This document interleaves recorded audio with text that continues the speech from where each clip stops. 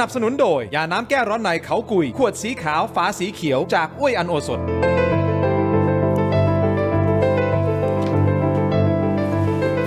สวัสดีครับต้อนรับทุกท่านเข้าสู่รายการถกไม่เถียงครับประเด็นที่จะถกกันวันนี้แน่นอนฮะก็ยังคงเกี่ยวข้องกับการเมืองคุณผู้ชมครับเดี๋ยวผมแนะนำแขกรับเชิญของผมก่อนเลยนะฮะท่านแรกครับให้เกียรติกับรายการเลยนะฮะท่านเป็นประธานยุทธศาสตร์พรรคกล้าทำนะครับท่านนาวากาศเอกอนุดิษฐ์นาคอนทัพครับสวัสดีครับสวัสดีครับส่วนขวามือของผมครับท่านเป็นนักวิชาการอิสระนะครับที่แต่ละอย่างเวลาท่านวิเคราะห์นะครับก็น่าคิดเหมือนกันนะฮะอาจารย์ศิโรจน์ ค้ามไพบูลย์ครับสวัสดีครับอาจารย์ครับขอบคุณทั้งสองท่านที่ให้เกียรติรายการถกไม่เถียงนะครับผมโปรยอย่างนี้การเมืองแน่นอนเราต้องพูดถึงนะครับตอนนี้ร้อนแรงจริงๆก็คือระหว่างพรรคกล้าทำแล้วก็พรรคส้มหรือพรรคประชาชนนะครับก็เหมือนจะเป็นการเปิดกันไปเปิดกันมานะฮะเอาตรงๆอ่ะก็มีตั้งแต่คุณไอ้รัชนกนะฮะจากพรรคประชาชนแล้วตอนนี้ก็เป็นคุณไผ่ลิกเข้ามานะฮะก็กลายเป็นประเด็นที่มันร้อนระอุเหลือเกินนะฮะว่าตกลงมันยังไงกันแน่แต่คงหลีกเลี่ยงไม่ได้นะอาจารย์ศิโรจน์นะครับว่าพรรคกล้าทำเนี่ยเหมือนเป็นเป้าใหญ่ณตอนนี้ของสังคมเองก็ดีของพรรคฝ่ายค้านเองก็ดีนะฮะเป้าใหญ่โจมตีเพราะมันเหมือนมีข้อสงสัยในหลายๆเรื่องอ่ะท่านอนุดิษฐ์นะฮะอันนี้คือรู้สึกอย่างนั้นหรือเปล่าว่าเหมือนโดนโจมตีก่อนอื่นเลยเข้าเรื่องอ่ะผมเรียนอย่างนี้ครับคือเขามีส้มไม่มีเทาของผมก็มีเขียวไม่มีเทาเหมือนกันเอาทำความเข้าใจตั้งแต่ต้นรายการเลยคือเราไม่มีการไปสนับสนุนธุรกิจผิดกฎหมายเราไม่มีการไปสนับสนุนกระบวนการที่ทุจริตช่อราชบังหลวงเด็ดขาดเอาตรงกันก่อนนะครับเพียงแต่กระบวนการในการตรวจสอบนะครับผมก็ยืนยันอีกเช่นเดียวกันเคยเป็นฝ่ายค้านไม่ใช่เป็นฝ่ายรัฐบาลเป็นฝ่ายบริหารกันอย่างเดียวเพราะฉะนั้นเนี่ยนะครับหน้าที่ของฝ่ายค้านต้องทำหน้าที่ในการตรวจสอบและผมขอชมเชยนะครับสสพรรคประชาชนหลายท่านทีเดียวนะครับที่ทำหน้าที่ในการตรวจสอบแล้วผลการตรวจสอบดังกล่าวก็มาถูกกระบวนการในการที่ให้กับหน่วยงานที่เขารับผิดชอบแล้วผลออกมาก็ดีเยี่ยมครับสามารถที่จะไปเจอเรื่องที่มันไม่ถูกต้องส่วนที่มันไม่ดีก็ได้รับการปรับปรุงแก้ไขนะครับเราก็ต้องยืนยันว่าเราไม่ได้ขัดข้องเรื่องนี้นะครับอย่างไรก็ตามครับในส่วนของการตรวจสอบผมทางพรรคกล้าทำเนี่ยเราแค่เรียกร้องเท่านั้นเองว่าเรียกร้องว่าเวลาในการตรวจสอบเนี่ยนะครับเราอยากเห็นข้อเท็จจริงด้วยนะครับอย่าได้เป็นการตรวจสอบแล้วก็เชื่อมโยงนะครับแล้วก็ทำให้สังคมเข้าใจผิดเพราะถ้าสังคมเข้าใจผิดเนี่ยครับมันก็น่าจะมีปัญหาแล้วล่ะครับเพราะมันจะทำให้สังคมเชื่อไปแล้วทั้งที่มันยังไม่มีหลักฐานอย่างที่คุณทินกล่าวไปเมื่อสักครู่นะครับเพราะฉะนั้นก็ตรงไปตรงมาอย่างนี้นะครับในเมื่อมีการตรวจสอบมีการพาดพิงพรรคกล้าทำก็ต้องขออนุญาตใช้โอกาสของเราในการที่จะชี้แจงข้อเท็จจริงในฝ่ายเราบ้างนะครับแต่ส่วนเรื่องของสแกมเมอร์นะครับเรื่องที่เป็นวาระแห่งชาติพรรคกล้าทำสนับสนุนเต็มที่แล้วก็มุ่งหวังให้หน่วยงานที่รับผิดชอบทั้งหมดเนี่ยได้ดำเนินการจัดการอย่างเด็ดขาดแล้วทำไมถึงมีการฟ้องมีหรือเปล่าผมไม่แน่ใจแต่ข่าวมันมางั้นมีการฟ้องร้องโดยเฉพาะคุณรังสิมันต์โรมในการประเด็นที่ออกมาเปิดเรื่องของสแกมเมอร์ดีมากเลยครับคือเราก็โดนกล่าวหานะครับคือมันอาจจะมีคำพูดว่าถ้าหากว่าท่านไปกล่าวหาไปเชื่อมโยงโดยยังไม่มีหลักฐานนะครับฝ่ายที่เขาถูกกล่าวหาที่เขาเสียหายเนี่ยครับเขาก็มีเขาเรียกอะไรก็มีสิทธิ์ในการอันนี้ผมเข้าใจมีสิทธิ์ในการที่จะทำแต่ทำหรือเปล่าซึ่งขณะนี้ยังไม่ทำเนี่ยนะครับก็ยังถูกกล่าวหาว่าทำไปเสียแล้วเนี่ยเพราะฉะนั้นคุณทิงเข้าใจนะครับเพราะฉะนั้นวันนี้ครับ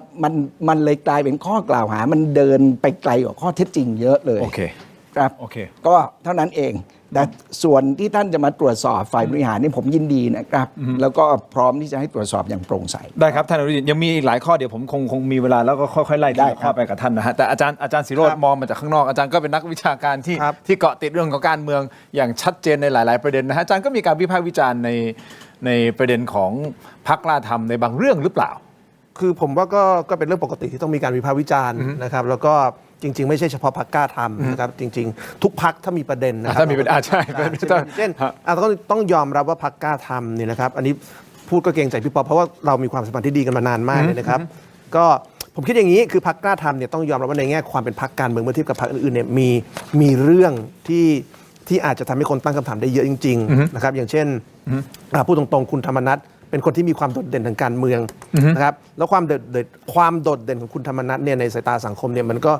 ก็โยงกับเรื่องบางเรื่องเป็นพิเศษอย่างประโยคอมตะไอ้มันคือแป้งเนี่ยนะครับมันเป็นประโยคที่ยังไงมันก็จะอยู่กับคุณธรรมนัสไปเรื่อยๆนะครับเป็นประโยคที่ท่านพูดเองในสภาด้วย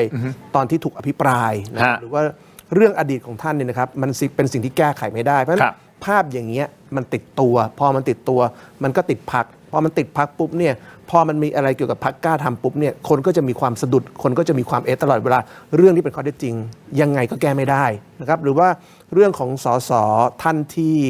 เกี่ยวข้องกับพนันออนไลน์นับเรื่องนี้ก็เป็นข้อเท็จจริงอีกเหมือนกันใช่ไหมครับว่าโอเคสสเกี่ยวข้องคดีจบไปแต่ก็จบแบบที่คนก็ตามถามว่า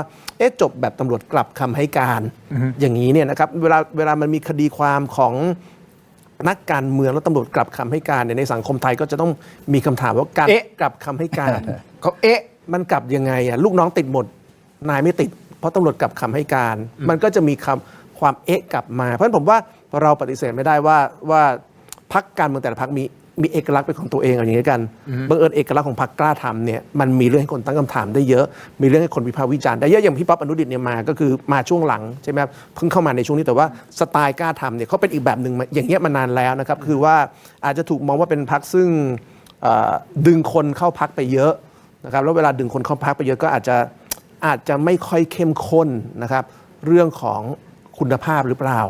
พอไม่เข้มข้นปุ๊บเนี่ยมันก็จะมีคนแบบนี้เข้ามาในพรรคนะครับนักการเมืองซึ่งสังคมมองว่าเป็นคนซึ่งผาดโผนในเรื่องแปลกๆนะครับก็จะมีชื่อเข้ามาพรรคกล้าทำมากขึ้นอย่างเช่นคุณเฉลิมชัยหรือคุณเดชอินบอกว่าจะเข้ามาอย่างเงี้ยผมคิดว่ามันก็ยิ่งทำให้แบรนด์ของพรรคกล้าทำเนี่ยถูกมองแบบนี้มากขึ้นไปอีกแต่เพื่อความเป็นธรรมของพรรคกล้าทำนะครับไม่ว่าที่อาจารย์ศิโรจน์กำลังพูดถึงบางคนที่อาจจะมีคดีเรื่องของเว็บพนันอะไรก็แล้วแต่ในอดีตใช่ไหมฮะแต่ว่าเขาก็ผ่านกระบวนการในการตรวจสอบเพื่อที่จะมาเป็นสสได้แต่ต้องไหมฮะผมว่ามันมีกระบวนการที่มันก็ต้องคิดถึงกระบวนการที่เป็นธรรมกับพรรคแต่ก็ต้องคิดถึงกระบวนการที่เป็นธรรมกับประชาชนใช่ไหมครับเพราะว่าความเป็นธรรมของพรรคกับความเป็นธรรมของประชาชนถ้ามันแมทช์กันเนี่ยมันก็ดีแต่ถ้ามันไม่แมทช์กันเนี่ยมันก็มีปัญหาอย่างเช่นสมมติคือบ้านเราต้องยอมรับนักการเมืองคือผู้มีอิทธิพลนะครับแล้วเมื่อเป็นผู้มีอิทธิพลพอหลุดคดีด้วยการตำรวจจับเขาแล้วตำรวจกลับคำให้การเนี่ยผมว่าคนไทยคิดแบบเดียวกันว่ามันมีอุบัติเหตุอะไรหรือเปล่าที่มันหรืออาจจะเป็นหลักฐานอันนี้ผมไม่ทราบอาจจะเป็นหลักฐานไม่เพียงพอหรือว่าเฮ้ยมันไม่ใช่หรือเข้าใจผิดเพราะฉะนั้นส่วนนี้เป็นสิ่งที่คนที่ทำงานการเมืองก็ต้องรับไปใช่ไหมครับประชาชนก็มีสิทธิ์สงสัยว่ามันเกิดขึ้นมาได้ยังไงเรื่องนี้แก้ไม่ได้ท่านอนุดิษฐ์คิดยังไงครับผมเห็นด้วยกับอาจารย์ประเด็นนี้ผมเห็นด้วยกับอาจารย์ศิโรจน์100%นะครับแล้วผมก็เข้าใจเลยแล้วก็ผมไม่มีวันไปโทษพี่น้องประชาชนถ้าพี่น้องประชาชนตั้งข้อสังเกตตั้งข้อสงสัยหรือยังไม่มั่นใจต่อกระบวนการยุติธรรมก็สามารถที่จะมีความเห็นนะครับแล้วก็แสดงข้อกังขาดังกล่าวได้อย่างสาธารณะอย่างมีเสรีภาพเห็นด้วย 100% ครับอย่างไรก็ตามครับในมาตรฐานของสังคมก็แล้วกันจะเป็นเฉพาะของประเทศไทยหรือว่าจะเป็นประเทศประชาธิปไตยอื่นๆนะครับผมก็เข้าใจว่าเวลาที่จะต้องไปตรวจสอบคนว่าผิดหรือถูกใช่หรือไม่ใช่ก็ต้องใช้กระบวนการยุติธรรมครับอันนี้เห็นด้วยครับอันนี้ผมเห็นด้วยแต่ส่วนกระบวนการยุติธรรมนั้นผลของการวินิจฉัยคำพิพากษาใดๆก็แล้วแต่ที่ถึงที่สุดแล้วครับคนที่ถูกกล่าวหาสุดท้ายเนี่ยจะเป็นผู้บริสุทธิ์หรือถูกพิพากษาว่ามีความผิดแล้วจะต้องไปโดนลงโทษใดๆก็แล้วแต่มันคือตอนสุดท้ายบทสุดท้ายนะครับแต่ไปห้ามไม่ให้คนที่เขามีความเชื่อว่าเฮ้ยกระบวนการยุติธรรมที่มันไปถึงที่สุดแล้วนั้นเนี่ยมันอาจจะยังมีข้อสงสัยข้อกังขานี้ก็ไปห้ามไม่ได้แล้วก็เข้าใจเลยครับถ้าเกิดพี่น้องประชาชนจะยังมีข้อกังขาข้อสงสัยอยู่ซึ่งตรงนี้ก็เป็นความสวยงามของประชาธิปไตย ก็หมายความว่าถ้าคุณยังกังขาต่อให้เขาทำคุณงามความดีไปช่วยพี่น้องประชาชนมากมายแค่ไหนก็แล้วแต่ไอ้สิ่งที่แบบคุณยังคิดว่ามันเป็นจริยธรรมคุณธรรมแล้วคุณยังไม่พอใจก็ท่านก็ไม่ได้เลือกถูกไหมครับเพราะเราไม่สามารถที่จะไปบอกให้พี่น้องประชาชนทุกคนมารักเราได้มาชอบเราได้นะครับเพราะฉะนั้นเนี่ยแต่ว่าในส่วนของกระบวนการยุติธรรมคำวินิจฉัยที่ถึงที่สุดแล้วนะครับสุดท้ายมันก็จะเป็นมาตรฐานตัวหนึ่งเป็น คุณสมบัติอันหนึ่งนะครับที่ในส่วนของนักการเมืองเนี่ยทุกคนที่จะต้องเข้ามาทำหน้าที่เป็นนักการเมืองแน่นอนครับเขาจะต้องผ่านกระบวนการคุณสมบัติของการเป็นนักการเมืองนะครับซึ่งถ้าเขาไม่ผ่านนี่เขาเสร็จไปตั้งแต่ต้นเลย โอเคอันนี้เข้าใจที่เพราะเป็นประเด็นที่ผมก็ยกขึ้นมากับอาจารย์ศิโรจน์ถูกต้องไหมครับว่าถ้าไม่ผ่านกระบวนการในการตรวจสอบใช่ไหมก็ไม่สามารถที่จะก้าวข้ามมาเป็นสสหรืออะไรก็แล้วแต่ถูกต้องไหม ใช่คือกระบวนการทางกฎหมายมันคือกระบวนการขั้นต่ำมันคือบาร์ขั้นต่ำสุดอยู่แล้วว่าคุณต้องคลีนตัวเองถึงเรื่องกฎหมายแต่ผมว่าวันนี้สิ่งที่มันเป็นประเด็นในสังคมคือเราอยากเห็นมาตรฐานที่มันสูงกว่านั้นไงครับเช่นผมถามในฐานะประชาชนนะครับไม่ว่าจะเป็นพรรคไหนก็ตามเนี่ยครับสมมติวันนี้ไม่ใช่พรรคกล้าทำจะเป็นพรรคประชาธิปัตย์พรรคภูมิใจไทย พรรคอะไรก็แล้วแต่ อะไรก็แล้วแต่ถ้าบังเอิญมีคนที่เคยเกี่ยวข้องกับเรื่องยาเสพติดนะครับอันนี้ไม่ต้องนึกถึงหน้าใครเลยนะครับเพื่อความเป็นธรรมกับทุกฝ่ายไม่ต้องนึกถึงหน้าใครมีคนที่เกี่ยวข้องกับพนันออนไลน์นะครับมีคนที่เป็นนักการเมืองซึ่งบางคนอาจจะถูกข่าวลือว่าเกี่ยวข้องกับเรื่องน้ำมันเถื่อนอย่างนี้เนี่ยอยู่ในพรรคไหนก็ตามเนี่ยนะครับเรื่องพวกนี้เนี่ยนะครับผมว่ามันเป็นสิ่งที่ประชาชนถามได้หมดเพราะว่ามันคือมาตรฐานที่มันสูงกว่ามาตรฐานของกฎหมายคือมาตรฐานขั้นต่ำแต่ความคาดหวังของสังคมเนี่ยเราไปสูงได้มากกว่านั้น แสดงว่าอาจารย์ศิโรจน์กำลังจะบอกว่ามันคือขั้นกฎหมาย กฎหมายมันคือ requirement นะอีกอันหนึ่งคือจริยธรรมแล้วแหละ ใช่ หรือไม่ ซึ่งเรื่องนั้น ถูก ป ไหม ระ ฮะ ชาชนคาดหวังสูงได้ เพราะว่าเราก็รู้ว่าในบ้านเราคนถูกกลายเป็นคนผิดได้ คนผิดก็รอดคดีได้เพราะฉะนั้นกฎหมายคือ basic requirement เป็นเรื่องเอกสาร แต่ความคลางแคลงใจในใจประชาชนเนี่ยเป็นสิ่งที่นักการเมืองแต่ละคนและพรรคการเมืองแต่ละพรรคต้องชนะใจประชาชน ใช่ เรื่องนี้ไม่เกี่ยวกับเรื่องกฎหมายใช่ไหมครับต่อให้คุณถูกกฎหมาย แต่ถ้าคุณไม่ชนะใจประชาชน คนก็ระแวงว่าไอ้ที่ถูกกฎหมายเนี่ยยัดหรือเปล่า วิ่งหรือเปล่า อันนี้มัน ความคิดคนคิดได้ อันนี้คือใช้อารมณ์และความรู้สึกมาเข้ามาในนี้ด้วยหรือเปล่า ส่วนนี้ผมถามแบบแฟร์ๆกลางๆนะ แต่ผมคิดว่ามันไม่ใช่เรื่องอารมณ์และความรู้สึกมันเป็นการตั้งคำถามกับผู้ดำรงตำแหน่งสาธารณะไงครับมันไม่ใช่เรื่องอารมณ์เพราะ แต่ ว่า ถ้าสมมติเกิดตั้งคำถามแล้วเขาสามารถที่จะอธิบายได้ทั้งหมดเหรอครับ เราก็มี อันนี้ สิท โอ ธิ์ เคไหม เราก็มีสิทธิ์เลือกว่าเราจะเชื่อหรือไม่เชื่อ โอเค ใช่ไหมครับ ท่านอนุรินทร์จะมีอะไรเสริม ผมเสริมอีก ครับ เช่นเดียวกัน นี่ไม่ได้รู้จักกันนะเลยเห็นด้วยผมเห็นด้วยกับอาจารย์ ครับ ศิโรจน์แล้วสิ่งเหล่านี้ครับทำให้มาตรฐานของพรรคการเมืองไม่เท่ากันนะครับต้นทุน จริง พรรคผมเนี่ยผมยอมรับครับผมไม่ใช่ไม่ยอมรับต้นทุนผมต่ำนะ ใช้ รับ คำนี้เลยเหรอ ผมใช้คำนี้เลยครับ ต้นทุนผมต่ำก็แน่นอนครับ ในเมื่อสิ่งที่เราโดนกล่าวหานะครับ ถึงแม้เราจะพิสูจน์มันจะมีกระบวนการยุติธรรมใดๆก็แล้วแต่เนี่ยได้ตัดสินจนเป็นข้อยุติเรียบร้อย แต่ถ้าพี่น้องประชาชนเขายังไม่เชื่อเขายังมีข้อสงสัยก็ยังมีข้อกังขาถามหน่อยนะครับ ผมจะไปเปลี่ยนความคิดเห็นเขาได้ยังไง เพราะฉะนั้นไอ้พรรคต้นทุนต่ำอย่างผมนี่แหละ มันเลยต้องทำงานหนักครับเพราะถ้าผมจะทำให้พี่น้องประชาชนในพื้นที่เนี่ยเขามีความไว้วางใจพรรคกล้าทำแล้วเขาเลือกพรรคกล้าทำแล้วผมทำงานอยู่หลังแป้นคีย์บอร์ดนะครับ ผมไม่มีทางชนะใจเขาได้เลย ครับ เพราะฉะนั้นพรรคต้นทุนต่ำอย่างผมเนี่ยจึงจำเป็นผู้สมัครของเราเนี่ยจะเป็นสสในปัจจุบันก็ดี จะเป็นผู้ว่าที่ผู้สมัครก็ดี เราต้องลงพื้นที่ เราต้องทำงานหนัก เราต้องไปหาสมาชิก เราต้องไปหาคนที่มี DNA เหมือนกันที่เขามีความพร้อมในการที่จะเข้ามาอยู่ เป็นสมาชิกพรรคกล้าทำแล้วก็มาช่วยกันทำให้ท้องถิ่นทำให้บ้านของเขาเขตเลือกตั้งของเขาดีขึ้น ท่านอนุทินบอกว่าเป็นพรรคต้นทุนต่ำนี่คำพูดของท่านนะอาจารย์ศิโรจน์นะครับ แต่ในเวลาใช่เลยฮะแต่ในเวลาเดียวกันข้อมูลจำนวนสมาชิกณวันที่ 5 พฤศจิกายนนี่ฮะก็คือวันนี้นะครับเว็บไซต์ทางกกตเนี่ยเปิดเผยข้อมูลสมาชิกพรรคการเมืองซึ่งปรากฏว่าพรรคกล้าทำเนี่ยมีสมาชิกรวมทั้งสิ้นเนี่ย181,551 คน ซึ่งมีจำนวนสมาชิกพรรคมากที่สุดอันดับ2นี่ห่างกันประมาณเกือบ70,000 กว่าคนเลยนะฮะอันดับที่ 2 คือพรรคประชาชนคุณผู้ชมครับอันนี้แหละฮะคุณผู้ชมเดี๋ยวผมขออนุญาตพักสักครู่สั้นๆนิดเดียวเดี๋ยวช่วงหน้ากลับมาขยี้ขยายประเด็นนี้เพิ่มเติมด้วยนะฮะเพราะมันก็กลายเป็นข้อสงสัยของประชาชนอีกแหละพรรคกล้าทำด้วยความเป็นธรรมนะฮะด้วยความเป็นธรรม ผมตอบได้ ตอบได้ใช่ไหมฮะ ตอบได้ อ้าวสงสัยว่าเอ๊ะเดี๋ยวก่อน ป็ นะ ความรับผิดชอบของผมด้วย จำนวนสมาชิกทำไมมันเยอะขนาดนี้นะฮะเพิ่งก่อตั้งแค่ปี 63 เองมั้งฮะ ครับ พักสักครู่ครับช่วงหน้ากลับมาติดตามครับ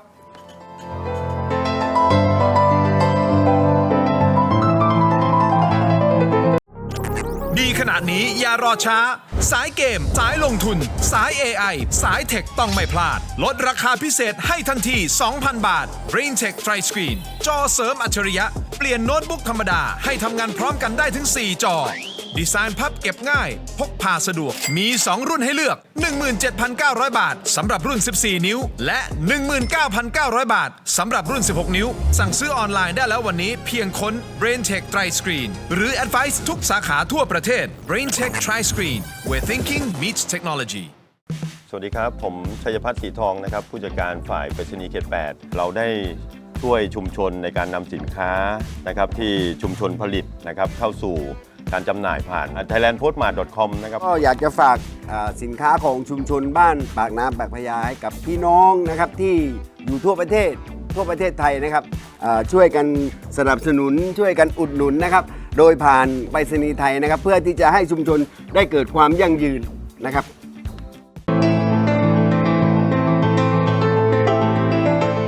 วันเกิดยาบรรเทาอาการแสบร้อนกลางอกและอาหารไม่ย่อยเนื่องจากกรดไหลย้อนชนิดน้ำอ่านคำเตือนในฉลากก่อนใช้ยา กลับมาฮะคุณผู้ชมครับ นั่งอยู่หน้าจอ 3 ท่านนะฮะรวมถึงผมด้วยนะฮะคุณผู้ชมครับอาจารย์ศิโรจน์ ค้ำไพบูลย์นักวิชาการอิสระนะครับรวมถึงประธานยุทธศาสตร์พรรคกล้าทำนะครับท่านอนุดิษฐ์นาคอนทัพนะฮะพูดคุยกันต่อเลยคุณผู้ชมครับแต่คุณผู้ชมโหวตกันเข้ามานิดนึงฮะเรามีโหวตนะฮะท่านอนุดิษฐ์ฮะ โหวตว่าไงครับวันนี้ ท่านอาจารย์ศิโรจน์โหวตขึ้นมาดูกันหน่อยเราถามคุณผู้ชมอย่างนี้คุณผู้ชมคิดเห็นอย่างไรกดกันเข้ามานะฮะใน YouTube ของเรานะครับคุณผู้ชมทีมงานกำลังเอาขึ้นมานะครับแต่คำถามของเราไม่ยากเลยฮะง่ายมากๆยังไงทีมงานพี่โบ ขึ้นเลยครับ กำลังจะขึ้นมานะฮะเดี๋ยวผมอ่านให้ก่อนแล้วกัน เออ นะครับคุณเชื่อมั่นในการทำงานและผลงานของพรรคใด นี่คือคำถาม แล้วคุณมีช้อยส์ไหมครับ มี มีครับช้อยอะไร มีทั้งหมด3ช้อยส์ด้วยกัน ครับ ทีมงานให้ผมอ่านใช่ไหมทีมงานโอเคช้อยแรกพรรคกล้าทำช้อยที่2พรรคประชาชนช้อยที่3ไม่เชื่อมันทั้ง2พรรค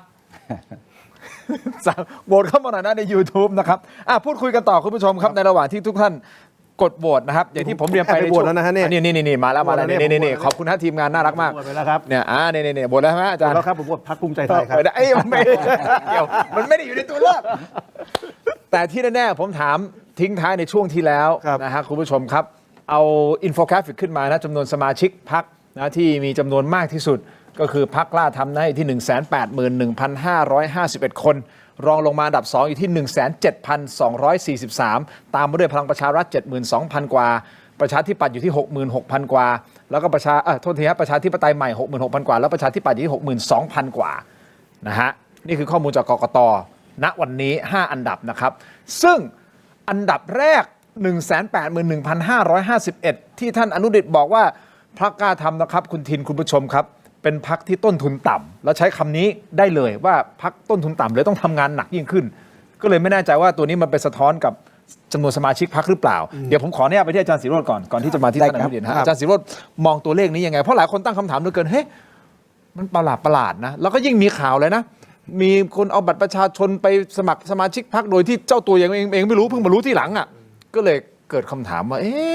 มันประหลาดหรือเปล่าอาจารย์มองไงครับก็คือผมเนี่ยชอบให้พรรคการเมืองมีสมาชิกพรรคเยอะๆนะครับดังนั้นพรรคไหนมีสมาชิกพรรคเยอะๆเนี่ยผมชอบ ก็ดีเป็น เรื่ แส อง ดงว่า ดี ประชาชนเขา ใช่ อินวอลว์ เป็นเรื่องที่ทุกพรรคควรจะมีสมาชิกพรรคเยอะๆอยู่แล้วนะครับปัญหาของพรรคกล้าทำก็มีอยู่หน่อยเดียวคือมันดันมีเรื่องนะครับแล้วเรื่องเนี่ยเราก็ไม่รู้มันต้นสายปลายเหตุมาจากไหนด้วยนะคือเรื่องแบบเอาบัตรประชาชนไปอย่างเงี้ยนะครับหรือวันนี้ผมก็ไปโดนมาเรื่องหนึ่งก็คือว่าคือก็มีคนส่งรูปน่าจะเป็นผู้สมัครหรือว่าคนของพรรคกล้าทำท่านหนึ่งแจกข้าวอย่างเงี้ยนะครับแล้วเป็นข้าวแจกข้าวมูลนิธิคุณธรรมนัสขอโทษทีคือมูลนิธิคุณธรรมนัสแจกข้าวแล้วก็บนถุงก็มีรูปคุณธรรมนัสกับอีกท่านหนึ่งนะครับผมก็เลยเอารูปมาลงในเพจผมแล้วปรากฏว่าเขาดันเป็นนักศึกษาเก่าผมคนหนึ่งที่อยู่ในภาพนั้นก็คือว่ามันก็มีประเด็นว่าคนไปนินทาว่าพรรคกล้าทำเนี่ยเขาทำอะไรหรือเปล่าเพื่อให้ได้มาซึ่งชื่อของคนที่จะมาเป็นสมาชิกพรรคอะไรอย่างเงี้ยมันเกิดคือประเด็นของพรรคกล้าทำมันอยู่นิดเดียวคือมันมีเรื่องของสมาชิกพรรคซึ่งเป็นประเด็นเนี่ยงอกขึ้นมาว่าที่มันมาได้ยังไงอย่างเช่นคุณธรรมนัสท่านไปพูดนะครับว่าขบวนการ P-Move นะครับที่มาร้องเรียนให้มีการแก้ไขปัญหาแล้วจะขนคนมาเป็นสมาชิกพรรคกล้าทำ 2,000 คนพีมูฟเขาก็บอกว่าเขาไม่ได้จะมาเป็นสมาชิกพรรคเขามายื่นให้มีการแก้ไขปัญหาแก้ข้อเรียกร้องต่างๆนานา 10,000 รายชื่อด้วยนะ ใช่ ไม่ใช่แค่ 2,000 มันดันมีประเด็นแบบนี้ขึ้นมาครับมันก็เลยทำให้ความรู้สึกของคนเนี่ยมันสะดุด นะครับว่ามันเกิดขึ้นมาได้อย่างที่ผมโพสต์ภาพผมก็ไม่ได้คิดอะไรเลยนะครับ เอาภาพ ผมคิดว่ามันเป็น อีกทีนึงฮะทีมงานเอาภาพอาจารย์เมื่อสักครู่นี้อีกทีนึงเอาขึ้นมานะฮะภาพก่อนหน้านี้อันนี้ตอนที่ผมโพสต์เนี่ยผมไม่ได้คิดอะไรเพราะว่าเป็นภาพที่แฟนข่าวส่งมาพี่อ๊อฟนึกออกไหมผมก็ภาพมันน่าสนใจแล้วไม่ได้มีคำบรรยายว่ากล้าทำเลยนะก็คือบนถุงเขียนว่ามูลนิธิธรรมนัสพรหมเผ่าข้าวข่าว 100% จากใจไม่ลืมกันมั่นใจเพื่อชาวนนทบุรี QR code มุมขวาสำหรับสแกนไม่มีข้อความวิจารณ์พรรคอะไรเลยนะกล้าคิดกล้าทำกล้าเปลี่ยนตามบนข้อความบนถุงเป๊ะเลยเนี่ยนะครับโอ้กลายเป็นประเด็นวิจารณ์สนั่นหวั่นไหวเลยว่าแบบเหมือนกับว่าพรรคกล้าทำไปแจกข้าวเพื่อขอคนให้เป็นสมาชิกพรรคหรือเปล่าก็โยงไงคนโยงเลยคนสามารถโยงได้ตอนนี้พรรคกล้าทำผมบอกเลยนะครับต้องไปทำบุญแล้วนะครับแจก9 วัดแจกข้าวเนี่ยคนยังสงสัยว่าแจกข้าวเนี่ยเป็นการแจกข้าวเพื่อให้คนมาเป็นสมาชิกพรรคหรือเปล่าแล้วบอกกรายจุดโพสต์ด้วยไงบอกกรายจุดโพสต์บอกกรายจุดเดี๋ยวจะให้ท่านอนุดิตได้มีโอกาสอธิบายนะฮะขอดูหน่อยของนี่บอกกรายจุดก็โพสต์ว่าบอกกรายจุดโพสต์ว่ามีพรรคการเมืองเนี่ยไปแจกข้าวให้ชาวเขานะครับแล้วก็บอกว่าแจกข้าวต้องเซ็นเอกสารรับซองพร้อมสำเนาบัตรประชาชนแล้วก็เอาสำเนาบัตรเขาเนี่ยไปสมัครเป็นสมาชิกพรรคก็คือรับของพร้อมกับสำเนาบัตรประชาชนแล้วผมกับบก.รายจุดนี้ไม่ได้เตรียมกันนะไม่รู้เรื่องด้วยนะผมไม่เห็นที่หลังนี่ว่าโพสต์เพื่อความเป็นธรรมอ่านให้จบนะปรากฏว่าเอกสารดังกล่าวเป็นเอกสารสมัครสมาชิกพรรคการเมืองเมื่อเข้าไปเช็คในระบบออนไลน์ก็พบว่าตนเองเป็นสมาชิกพรรคนั้นเรียบร้อยแล้วไอ้พรรคนี่มันกล้าทำจริงๆเนี่ยผมว่าอันนี้คือท่านโพสต์เองนะเป็นสาธารณะด้วยนะครับใช่เพราะฉะนั้นผมว่าตอนนี้พรรคกล้าทำต้องไปทำบุญแล้วแหละนะครับคือแจกข้าวคนอยู่สงสัยว่าเป็นการแจกข้าวเพื่อเอาสมาชิกพรรคหรือเปล่าเขาไม่ได้บอกนะว่าสมาพรรคไหนไม่เขาไม่ได้บอกแต่ก็เขียนว่ามันกล้าทำจริงๆกล้าอาจจะไปคล้องจองกับชื่อพรรคไงทหารสระอัมเนี่ยคือนั่นแหละคือปัญหาพรรคกล้าทำคือมันมีหลายเรื่องเป็นประเด็นงอกไปหมดมันเป็นประเด็นที่แบบเราทำสื่อเราก็รู้มันเป็นประเด็นที่มันเซนเซชันแนลมันเซ็กซี่ใช่ไหมพรรคปุบปับนะครับต้องพูดตรงๆผลงานยังไม่เยอะนะในความรู้สึกของประชาชนนะแต่ทำปุ๊บเนี่ยยอดสมาชิกพุ่งแล้วมันก็มีข่าวแบบนี้ออกมาเนี่ยนะครับผมแนะนำต้องทำบุญแล้วจริงๆครับต้องไปทำบุญที่พะเยาเดี๋ยวเปิดโอกาสให้ท่านอนุทินได้อธิบายนิดเดียวฮะเพราะฉะนั้นอาจารย์ศิโรจน์มองว่าคือมันถาโถมทุกประเด็นถาโถมเข้าไปที่พรรคกล้าทำทุกประเด็นนะครับมันกลายเป็นว่าเขาขยับอะไรนิดหน่อยถึงแม้มันอาจจะเป็นอะไรที่ปกติธรรมดาสำหรับพรรคอื่นๆแต่กลายเป็นว่าเขาเป็นที่จับตาแล้วกลายเป็นว่ามีการเชื่อมโยงผูกโยงใช่ผมใช้คำว่าอย่างนี้ดีกว่าคือถ้าพรรคกล้าทำเป็นนักฟุตบอลเนี่ยอย่างรุ่นผมเนี่ยนะครับอาจจะนึกถึงแมนยูสมัยรุ่งเรืองเขาอาจจะเป็นนักฟุตบอลสไตล์รอยคีนเอริกคองโตน่าโจอี้บาตันมีลูกตุกติกเยอะแล้วไอ้ลูกตุกติกเนี่ยมันจะได้คนตั้งคำถามทำไมคุณต้องมีลูกตุกติกอย่างเช่นแบบมูลที่คุณธรรมนัสไปแจกข้าวอย่างเงี้ยแล้วมันมี QR code เขาอาจจะไม่เกี่ยวกับข้องกับเรื่องสมาชิกพรรคเลยนะครับแต่คนก็จะเห็นว่ามีรูปคุณธรรมนัสรูปคนของพรรคมี QR code เอาไปทำอะไรนี่แหละถ้าเป็นนักฟุตบอลคือสไตล์นี้แหละรอยคีนโจอี้บาตันตุกติกแล้วคนงั้นก่อนนิดเดียวอีกคำถามนึงก่อนที่จะไปที่ท่านอนุดิตนะฮะสรุปแล้วภาคการทำต้องทำยังไงในมุมของอาจารย์ถ้าสมมติเรามองเป็นกลางๆแล้วถามผมนะครับเรื่องอะไรที่เกี่ยวข้องกับการแจกข้าวแจกของอย่าไปทำเลยนะครับแล้วถ้าจะแจกไม่ต้องมีรูปใครขึ้นไม่ต้องนะครับแจกข้าวช่วยประชาชนช่วยด้วยความสุจริตใจนะครับไม่ต้องในกรณีนี้โดยเฉพาะไม่ต้องมีอะไรส่วนอย่างอื่นแล้วฮะอย่างอื่นที่เขาเป็นอย่างเรื่อง P-Move คุณธรรมนัสก็ทำไม่ถูกจริงๆใช่ไหมครับเขาไปร้องเรียนให้มีการแก้ไขปัญหาคุณธรรมนัสไปพูดว่าเขาจะมาเป็นสมาชิกพรรคอันนี้ก็พลาดจริงปฏิเสธไม่ได้ก็ต้องไปถามว่าทำไมคุณธรรมนัสพลาดแล้วคุณธรรมนัสก็ถือว่าเป็นคนสำคัญคือวันนี้พรรคกล้าทำคุณธรรมนัสอะไรเนี่ยมีผลกับพรรคหมดใช่ไหมครับการที่คนซึ่งเขาไม่ได้เป็นสมาชิกพรรคนะครับเขาไปยื่นข้อเรียกร้องให้คุณธรรมนัสซึ่งมีตำแหน่งรองนายกในการแก้ไขปัญหาคุณธรรมนัสดันไปบอกว่าเขาจะมาเป็นสมาชิกพรรคอย่างเงี้ยหรืออาจจะจำสลับเพราะว่าต้องให้ความเป็นธรรมกับท่านเพราะมีคนหนึ่งที่ออกมาปรากฏตัวเลยถูกต้องไหมฮะท่านอนุดิตฮะก็เป็นไปได้ใช่ไหมอีกคนนึงคือจริงๆก็เป็นอย่างนั้นแหละครับถูกต้องไหมฮะแต่อย่างนี้ครับจริงๆตะกี้ที่อาจารย์ศิโรจน์พูดนะครับคุณทินถามมันมีอยู่4ประเด็นมี4เรื่องจริงๆก็เชื่อมโยงกันหมดนะครับข้อที่1เนี่ยอย่างที่ได้เรียนพรรคกล้าทำไม่ใช่พรรคที่มีต้นทุนสูงนะครับอย่างที่บอกครับไม่สามารถที่จะไปทำงานอยู่หลังแป้นคีย์บอร์ดแล้วก็มีความนิยมปึบปับขึ้นมาได้เพราะฉะนั้นพรรคกล้าทำเองก็เราก็มีธรรมชาติของเรามี DNA ของเราDNA สำคัญของเราโดยเฉพาะอย่างยิ่งเป็นหน้าที่ผมด้วยนะครับก็คือประธานยุทธศาสตร์เราเชื่อในเรื่องของการลงพื้นที่ความสำเร็จนะครับในการที่เราจะได้รับเลือกให้เข้ามาทำหน้าที่เป็นสสมีเรื่องเดียวเลยครับก็คือพี่น้องประชาชนในเขตเลือกตั้งนั้นๆเนี่ยจะต้องไว้วางใจแล้วก็โหวตให้เราเป็นที่1เพราะฉะนั้นเนี่ยนะครับพื้นฐานของพรรคการเมืองในเขตเลือกตั้งโดยเฉพาะผู้สมัครแบบเขต ต้องมีสมาชิกนะครับแล้วก็ไอกระบวนการในการไปหาสมาชิกแล้วก็เป็นการแบบเอาเขาเรียกอะไรไปล่อลวงมาหรืออะไรอย่างเงี้ยครับผมต้องเรียนด้วยความเคารพเลยครับถ้าใครเป็นประธานยุทธศาสตร์ก็เป็นผู้บริหารพรรคแล้วก็ปล่อยปละละเลยให้ผู้สมัครว่าที่ผู้สมัครเนี่ยไปหาสมาชิกมาโดยไปเอามาจากไหนก็ไม่รู้เนี่ยนะครับอย่างเนี้ยอย่าเป็นผู้บริหารพรรคแล้วก็อย่ามาเป็นประธานยุทธศาสตร์พรรคนะครับเพราะฉะนั้นเนี่ยทั้งหมดเนี่ยมันจะต้องมีกระบวนการในการตรวจสอบว่าสมาชิกเหล่านั้นเนี่ยเขามีความประสงค์อยากที่จะมาเป็นสมาชิกหรือเปล่าเพราะไม่ฉะนั้นเนี่ยมันจะไม่ได้ไปตอบวัตถุประสงค์และเป้าหมายตั้งแต่ต้นเลยนะครับว่าผู้สมัครนั้นๆเนี่ยควรจะมีสมาชิกพรรคแล้วก็ใช้กลไกของสมาชิกพรรคเนี่ยในการขับเคลื่อนนะครับช่วยกันในการหาปัญหาของพี่น้องประชาชนหาแนวนโยบายในการมาจัดการกับปัญหาแล้วก็สร้างความไว้วางใจให้กับพี่น้องประชาชนในเขตเลือกตั้งนั้นๆเรื่องนี้เป็นเรื่องเดียวเลยครับเพราะฉะนั้นผมขออนุญาตวันนี้เราโดนตั้งคำถามซึ่งเป็นเรื่องที่ดีเราก็จะได้ทำการอธิบายให้ฟังข้อที่หนึ่งครับในหลักฐานของกกต.ครับจะเขียนไว้ชัดเจนเลยครับว่าสมาชิกของพรรคกล้าทำเนี่ยไปอยู่ที่ไหนบ้าง จังหวัดไหนบ้าง จังหวัดไหนมีมากที่สุดจังหวัดไหนมีน้อยที่สุดตรงนั้นนะครับจะสะท้อนให้เห็นเลยครับว่าพรรคกล้าทำแข็งแกร่งที่ไหนนะครับเราคงไม่บังอาจที่จะบอกว่า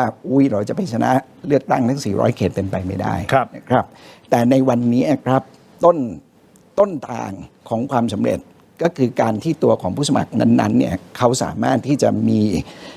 ตัวของสมาชิกพรรคซึ่งมาช่วยกันนะครับมาช่วยกันในการที่จะค้นหาปัญหามาช่วยกันในการที่จะขยายเครือข่ายต่างๆเพื่อให้เวลาที่เราเข้าสู่การเลือกตั้งเนี่ยโอกาสในการที่จะทำให้ประชาชนในเขตนั้นๆเนี่ยเลือกเราเป็นที่หนึ่งเพราะฉะนั้นก็ต้นทุนมันต่ำไงครับเพราะฉะนั้นก็ต้องทำงานหนักแล้วสิ่งที่สะท้อนผลการทำงานหนักจากสสจากว่าที่ผู้สมัครก็คือจำนวนของสมาชิกเพราะฉะนั้น 180,000 กว่ารายชื่อตรวจสอบได้ทั้งหมดถูกต้องครับเราสมัครใจเข้ามาสมัครเป็นสมาชิกพรรคทั้งหมดใช่ครับแล้วผมที่อย่างนี้ครับผมยินดีเลยไปดูกระบวนการนะครับว่าที่มาของการที่เราจะได้สมาชิกพรรคเนี่ยเราทำกันแบบไหนอย่างไรนะครับแล้วจริงๆในการได้มาซึ่งสมาชิกเราเป็นแค่ต้นทางนะครับจะต้องส่งไปให้ทางกกต.เนี่ยเขาตรวจสอบทั้งหมดแล้วถ้ากกต.ตรวจสอบแล้วไม่พบว่ามีอะไรผิดกฎหมายผิดปกติหรือว่าตัวของสมาชิกพรรคนั้นเขาเรียกว่ายังมีสิทธิ์เป็นสมาชิกพรรคการเมืองได้ก็จะถูกใส่เข้าไปในฐานข้อมูลของพรรคการเมืองอันนี้ตรวจสอบได้แน่นอนงั้นอีกคำถามหนึ่งฮะคือท่านอนุดิษฐ์ผมต้องพักโฆษณาแค่ครั้งเดียวนะเดี๋ยวกลับมาเดี๋ยวให้ท่านพูดเต็มๆเลยนะครับแต่ต่อเนื่องนะฮะประเด็นนี้ก็คือว่า180,000 กว่าคนเอาแบบตรงไปตรงมาแล้วฮะในนี้เป็นแฟนคลับของอินฟลูเอนเซอร์ชื่อดังที่เกี่ยวข้องกับคุณธรรมนัสหรือเปล่าคุณกันจอมพลังอันนี้ผมขอถามตรงนี้นะแล้วเดี๋ยวพักกันสักครู่คุณผู้ชมครับช่วงหน้ากลับมาฟังคำตอบครับ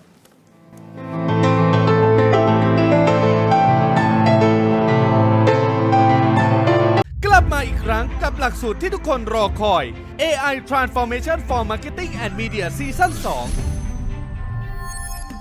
รู้สึกตื่นเต้นรู้สึกสนุกค่ะแปลกใหม่ดีครับสนุกดีครับได้ความรู้เยอะค่ะได้พัฒนาความรู้ในด้านของ AI จะมีไอเดียแบบหลักสูตรเข้มข้น5 วัน 40 ชั่วโมงที่จะพาคุณเจาะลึกการใช้ Generative AI ครบทุกมิติข้อความเสียงภาพและวิดีโอพอมาเรียนมันได้หลายสิ่งหลายอย่างที่มันเยอะมากเลยครับรู้สึกว่าแบบทุกวันนี้ AI มันก็พัฒนาไปเร็วมากๆเราได้เห็นมันออกมาเป็นผลงานจริงรู้สึกว่าแบบตื่นตาตื่นใจดีค่ะได้รู้ถึงแบบเครื่องมือแล้วก็เทคนิคในการใช้ AI มากยิ่งขึ้นได้เทคนิคในการเขียนพร้อมครับก็ซึ่งคิดว่าเป็นใจความสำคัญในการสร้างสรรค์ AI ออกมาจริงๆ AI ไม่ได้ยากค่ะถ้าได้ลองเรียนดูแล้วก็จะรู้สึกชอบมันอย่างแน่นอนครับผมลองเปิดใจดูค่ะก็อยากให้มาเรียนกันเยอะๆนะคะมันมีประโยชน์แล้วก็นำไปใช้ได้จริงในการทำงานแล้วก็ในการเรียนด้วยค่ะต้องขอบคุณดีป้าที่จัดโครงการดีๆแบบนี้ขึ้นนะครับมาเรียนกันเยอะๆนะคะพร้อมพาดูงาน Digitech อาเซียน 2025 มหกรรมเทคโนโลยีที่ยิ่งใหญ่ที่สุดแห่งปีณ Impact เมืองทองธานีเรียนจริงปฏิบัติจริงพร้อมอัพสกิลด้วย AI Let's Play AI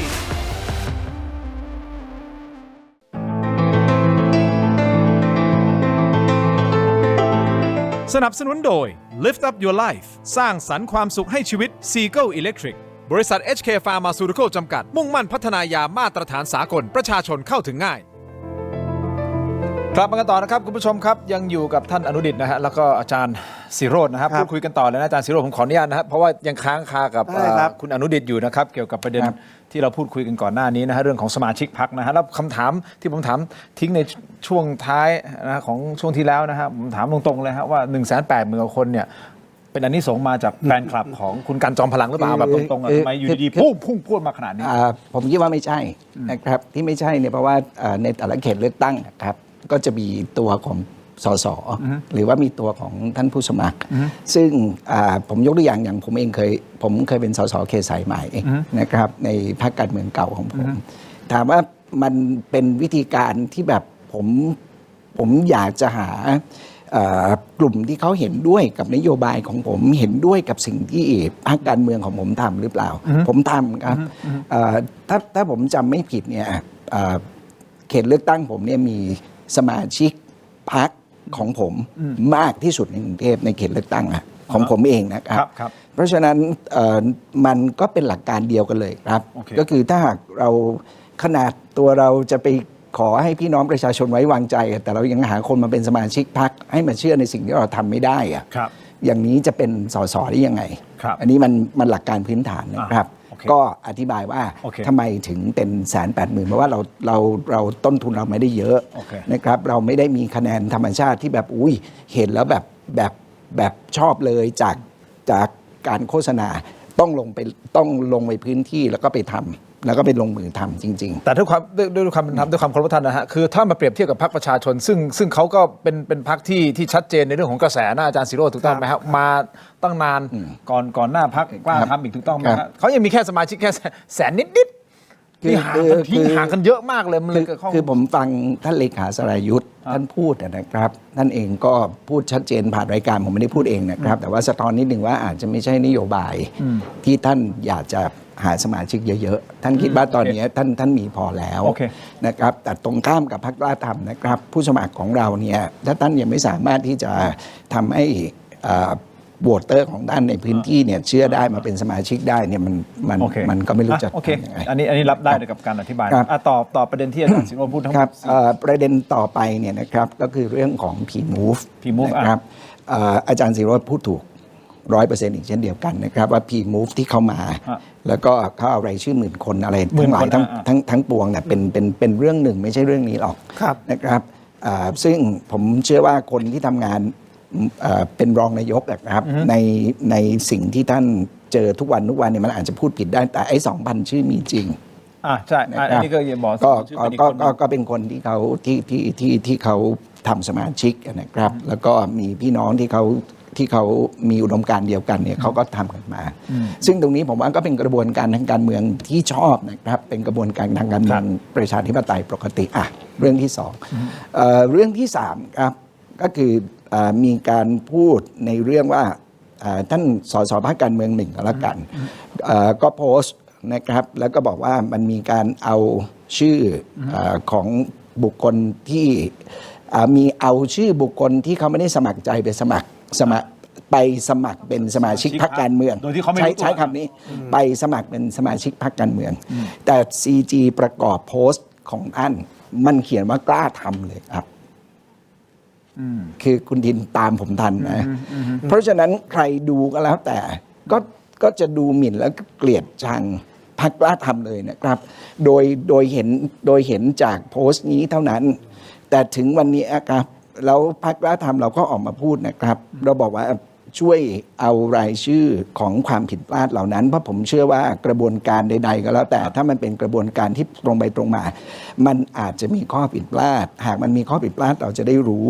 ว่ามันผิดพลาดที่ทะเบียนเราหรือมันไปผิดพลาดที่กกตหรืออะไรก็แล้วแต่แล้วก็เอามาช่วยกันแก้ไขแต่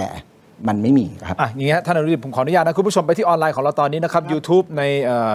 เทเลวิชั่นใน YouTube นะครับ Facebook ก็คือ Facebook ถกไม่เถียง Facebook CH HD News เดี๋ยวไปพูดคุยกันต่อนะครับคุณผู้ชมครับและยังมีอีกหลากหลายประเด็นที่อาจจะต้องถามท่านอนุดิษฐ์และอาจารย์ศิโรจน์วิเคราะห์ด้วยนะครับขอบคุณท่านทีวีก่อนนะครับขอบคุณนะครับขอบคุณครับเจอกันในออนไลน์ครับถกไม่เถียงครับสวัสดีครับ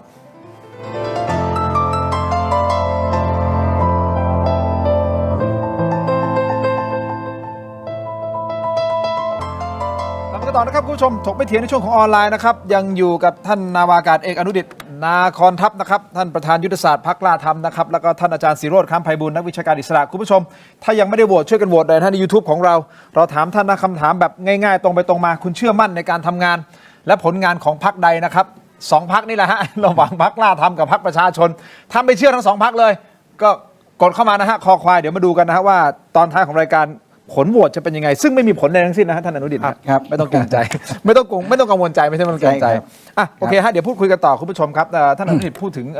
สิ่งที่อาจารย์ศิโรจน์เรสมา4ประเด็นใช่ไหมฮะอันนี้ประเด็นแรกจบไปแล้วประเด็นที่2ประเด็นที่2ก็ผ่านไปแล้วก็เรื่อง P-Move เรื่อง2,000ชื่อจบแล้วประเด็นที่3ก็คือประเด็นเรื่องของบ้างก็ว่ากันไปส่วนอันที่3เนี่ยครับก็เป็นเรื่องจริงๆการตรวจสอบเป็นเรื่องที่ดีครับแต่การตรวจสอบดังกล่าวเนี่ยเผอิญพาดพิงพรรคกล้าทำโดยตรงครับซึ่งภายหลังจากการตรวจสอบดังกล่าวนะครับเขาก็มีการเอาหมายเลขบัตรประจำตัวเนี่ยเช็คกับเว็บไซต์ของกกต.เพื่อที่จะดูว่ามีใครเอาชื่อของเราเนี่ยไปเป็นสมาชิกพรรคโดยเจ้าตัวเนี่ยไม่ได้ยินยอมหรือเปล่านะครับก็พบหลายพรรคการเมืองทีเดียวครับแต่ตัวของท่านคนที่โพสต์ครับแล้วก็ไปใส่ชื่อพรรคกล้าทำไว้ก่อนเลยเนี่ยท่านยังไม่ได้ส่งชื่ออะไรมาให้พวกผมเลยนะครับว่าท่านไปตรวจสอบแล้วพบว่าคนที่โดนสวมชื่อหรือว่าเขาเจ้าตัวเขาไม่ได้มีความยินยอมพร้อมใจเนี่ยมันท่านนั้นเนี่ยเป็นใครยังไม่มีการส่งชื่อมาให้เรายังไม่ได้ให้เราเลยครับเพราะฉะนั้นก็บอกเลยนะครับการตรวจสอบเป็นเรื่องที่ดีแล้วก็พี่น้องประชาชนก็สามารถที่จะตรวจสอบได้เลยนะครับเพียงแต่ท่านเข้าไปที่เว็บไซต์กกต.แล้วก็เอาหมายเลข13หลักของท่านเช็คเลย ใส่เข้าไปเลยครับแล้วไปดูว่าท่านเป็นพรรคการเมืองนั้นเนี่ยโดยสมัครใจหรือเปล่า โอเคอันนี้ประเด็นที่3เคลียร์ผมก็บอกว่ากระบวนการนี้ตรวจสอบได้นะครับแล้วก็ไปดูได้เลยว่าถ้ามันจะผิดพลาดมันจะไปผิดพลาดที่ไหนอย่างไรนะครับเพราะอันนี้ขยายความนิดนึงตัวผมก็ดูเรื่องของทะเบียนของสมาชิกด้วยเคยซ้ำซ้อนก็มีครับใส่เข้าไปแล้วไม่เข้าก็มี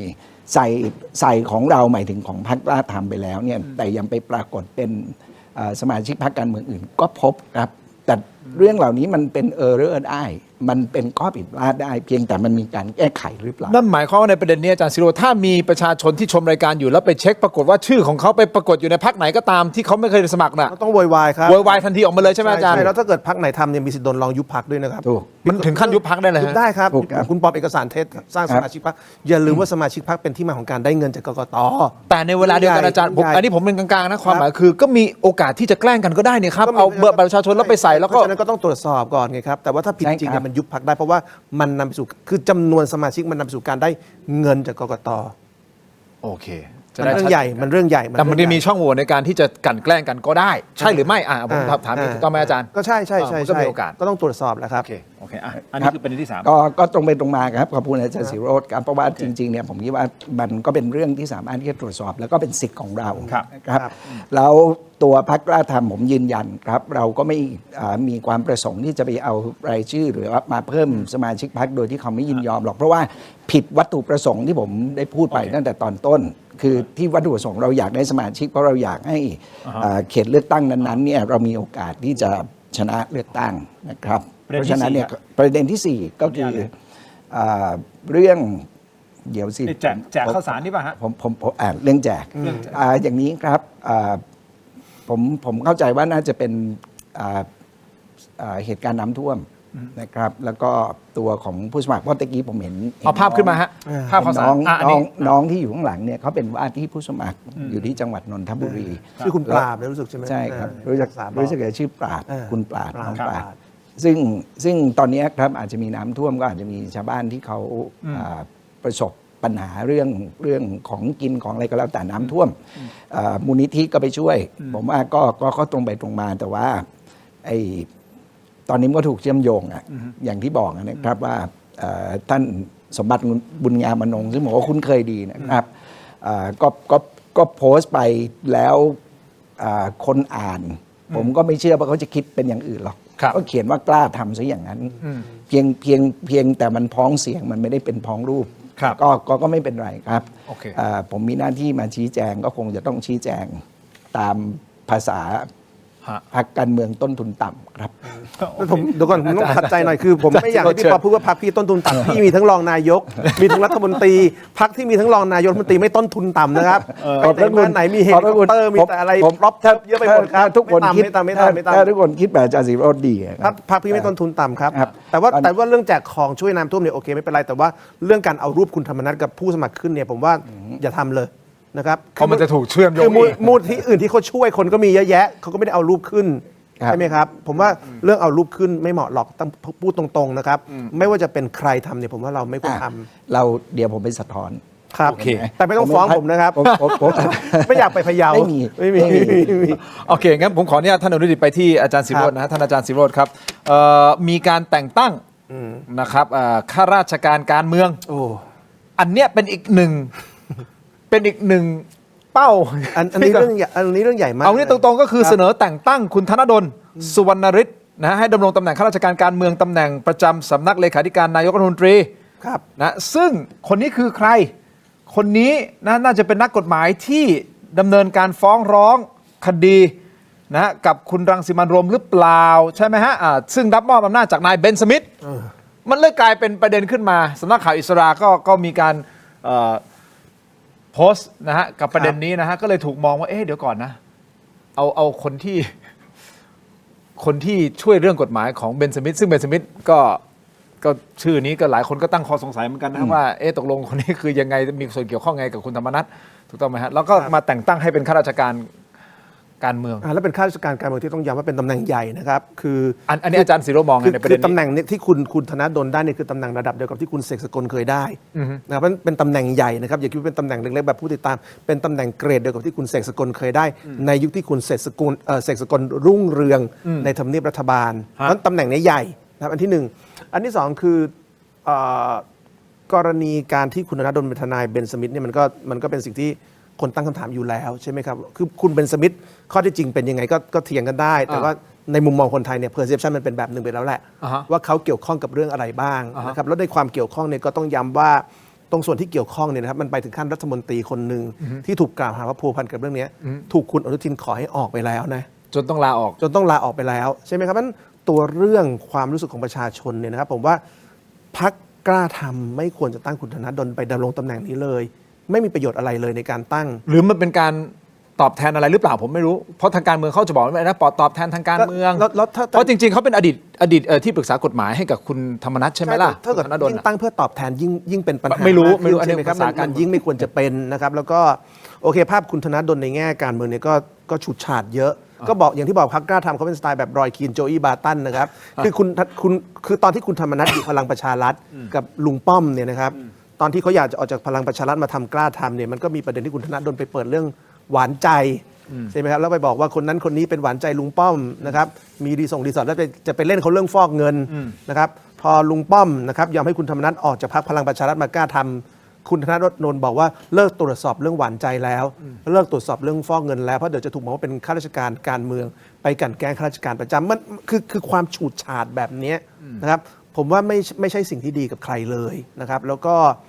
พรรคกล้าทำก็ต้องรับผิดชอบกับการแต่งตั้งแบบนี้ไปนะครับว่าทำไมต้องแต่งตั้งคุณธนดลซึ่งมันมีแบรนด์ของความเป็นทนายความของคุณเบนสมิธผมว่าในพรรคกล้าทำก็คงมีคนเก่งๆดีๆอีกเยอะนะครับซึ่งไม่จำเป็นจะต้องเป็นคุณธนดลผมไม่ได้บอกว่าคุณธนดลดีหรือไม่ดีนะครับแต่ต้องยอมรับว่าคนทำงานการเมืองแต่ละคนเนี่ยภาพมันมีแบรนด์นะครับแล้วแบรนด์แบบนี้เมื่อคุณตั้งเนี่ยสังคมก็ต้องตั้งคำถามว่าไม่มีคนอื่นให้ตั้งเหรอคนอื่นที่ไม่ใช่คนนี้คุณตั้งได้ไหมล่ะคุณธนดลให้สัมภาษณ์กับรายการเนชั่นวิเคราะห์ข่าวนะครับกรณีกับการที่เป็นทนายความให้กับนายเบนสมิธโดยคุณธนดลบอกว่าได้มีการประชุมทีมกฎหมายของตนเองว่าอาจจะต้องถอนตัวออกมาจากคดีของคุณเบนสมิธเพราะว่าเขามารับคือคุณควรจะถอนตัวก่อน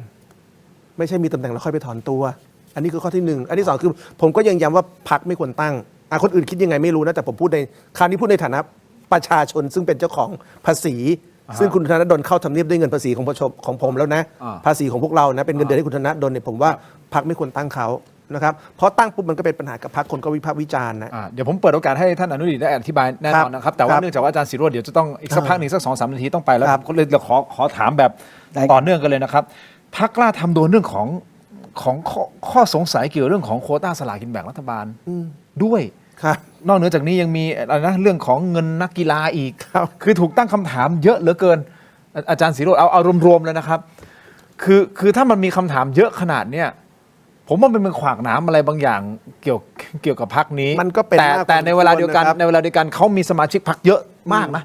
อันดับหนึ่งอ่ะ อืม มันย้อนแย้งอะไรกันหรือเปล่าหรืออาจารย์มองว่าเอ้ยอันนี้ไม่ได้เป็น มันคนละเรื่องกันนะครับก็คือว่าการมีสมาชิกพรรคก็แปลว่า ไม่ได้เกี่ยวกัน เขาก็มีคนที่รักเขา โอเค แต่การที่เขามีคนที่รักเขามันก็ไม่ได้แปลว่าเขาจะทำทุกเรื่องถูกหมดหรือผิดหมด อืม ต้องแยกเรื่องไม่ได้ถูกหมดและผิดหมด โอเค นะครับผมไม่เชื่อว่ามีพรรคไหนถูกและผิดหมดอยู่แล้วแต่ว่าอย่างเรื่องสลากกินแบ่งเนี่ยผมว่าคำถามมันถามได้เยอะจริงว่าโควต้าสลากกินแบ่งนะครับที่เป็นของคนพิการนะครับ ฐานผ่านศึก ฐานผ่านศึกเนี่ยมันกลายเป็นคนซึ่งไม่พิการไม่ใช่ฐานผ่านศึกได้อย่างไร ของพวกนี้มันเป็นรายได้มันเป็นทรัพยากรมันเป็นที่มาของเงินทอง ซึ่งจะเอาไปทำงานทางการเมืองได้หมดนะครับตอนนี้มันมีคำถามใหญ่ว่าเรื่องของโควต้าสลากกินแบ่งเนี่ยมันกลายเป็นการสวมรอยคนพิการหรือเปล่าการสวมรอยทหารผ่านศึกหรือเปล่านะครับสิ่งที่เราเคยเรียกกันว่า5เสือสลากกินแบ่ง ซึ่งมันเป็นที่มาของธุรกิจของบางคนนะครับแหล่งรายได้เดือนหนึ่งมากมายมหาศาลเนี่ย5เสือสลากกินแบ่งตอนนี้ไม่มีแล้ว แต่มันแปรรูปไปเป็นนะครับไอสมาคมต่างๆ ที่มารับโควต้าหวยไปขายโดยที่ตัวเองไม่ใช่เป็นคนตาบอด ไม่ใช่เป็นคนพิการไม่ใช่เป็นทหารผ่านศึกไหมผมว่าเรื่องนี้ทำร้ายความรู้สึกผมเยอะนะ เพราะว่าเราเป็นคนไทยเนี่ยเราเพิ่งมีเหตุการณ์ทหารใช่ไหมถูกยิงขาขาดที่เขมรอย่างนี้เนี่ยทหารผ่านศึกส่วนใหญ่คือทหารชั้นผู้น้อย ครับ อาชีพเขาก็ไม่มีการ ครับ ดูแลก็ไม่ดีอยู่แล้ว พอมันมีการจัดสรรโควต้าหวยเพื่อช่วยทหารผ่านศึกแต่กลายเป็นว่าคนที่ได้ไม่ใช่ทหารผ่านศึกกลายเป็นคนที่ไม่เคยไปรบอย่างเงี้ย อืม อธิบายกับสังคมยากนะครับเหนื่อย อืม นะครับเรื่องของคนพิการคนตาบอดเนี่ยผมว่าเหนื่อยนะครับในการอธิบายมันผมว่าไปทำบุญ ขออีก1 นาที ครับ ก่อนที่จะไปทำบุญนะฮะ ครับ อาจารย์ศิโรจน์1 นาทีครับ มองไปข้างหน้าครับพรรคกล้าทำในการเลือกตั้งที่จะเกิดขึ้นในปีหน้าเนี่ยฮะอาจารย์มองว่าพรรคกล้าทำจะเป็นยังไงในเรื่องของ positioning หรือการวางตัวหรือคะแนนเสียงต่างๆ อาจารย์วิเคราะห์ก่อนล่วงหน้าอาจจะผิดถูกไม่มีนะเอาเป็นว่าวิเคราะห์ข้างหน้า ผมคิดว่าผมกลัวอย่างนี้นะครับผมคิดว่าพรรคกล้าทำจะเจอประเด็นเรื่องนี้แหละที่เขาจะมีการพูดกันเรื่องมีเราไม่มีเทาคือคำว่ามีเราไม่มีเทาเนี่ยมันไม่ได้พาดพิงใคร แต่มันเป็นคำซึ่งพอมันไม่พาดพิงใครเนี่ยมันเปิดกว้างสำหรับคนแต่ละคนแล้วไงว่าคุณมองว่าใครเทาล่ะทีนี้เวลาประชาชนจะมองว่าใครเทาไม่เทาเนี่ยเขาก็มองอยู่2-3เรื่องนะครับมองตัวคนที่เป็นแกนนำนะครับมองตัวคนที่เป็นผู้สมัคร และมองคดีความต่างๆที่เกี่ยวข้องผมคิดว่าพรรคกล้าทำพอเข้าสู่สนามเลือกตั้งเนี่ยจะเจอเรื่องนี้หนักแล้วจะอธิบายยากนะครับคือพี่ป๊อปอนุดิษฐ์เนี่ยเป็นคนดีไม่มีเรื่องเทาอยู่แล้ว แต่พี่ป๊อปก็รู้ในระบบพรรคการเมืองในการเป็นประธานยุทธศาสตร์เนี่ยนะครับมันเหมือนพระนะครับบนหิ้งบูชาตามบ้านเนี่ยใช่ไหมครับตามบ้านคนไทยจะชอบมีพระเขาเรียกอะไรท่าน พระประธานอะไร พระประธานนะตามบ้านให้ไหว้ก่อนออกจากบ้านเขาจะไหว้หรือไม่ไหว้เนี่ยเราไม่รู้แต่ตำแหน่งประธานยุทธศาสตร์ของแทบทุกพรรคเนี่ยจะมักจะเป็นคนซึ่งเอาไว้โชว์แต่คนในพรรคไม่ได้บอกทุกเรื่อ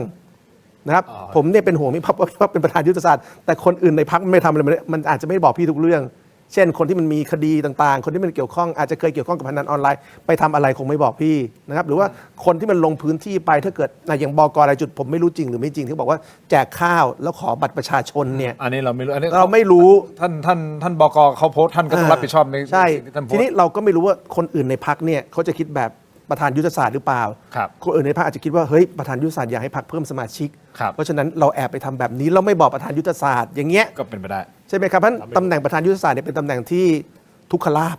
นะครับมีไว้ไหว้นะครับแต่ว่า สุดท้ายไปทำบุญดีกว่านะ ไปทำบุญดีกว่านะครับ นะครับอ่ะวันนี้ต้องขอบคุณอาจารย์ศิโรจน์ก่อนเพราะอาจารย์ศิโรจน์มีธุระต่อ ใช่ครับ นะ ใช่ครับ ขอบคุณมากครับอาจารย์ศิโรจน์ ครับ แต่เดี๋ยว ขอบคุณ ครับ มีไหมฮะแต่วันนี้ผมไม่โดนคดีนะพี่คุณธรรมนัสไม่ฟ้องนะไม่มีนะ ไม่มีหรอก ไม่มี ครับ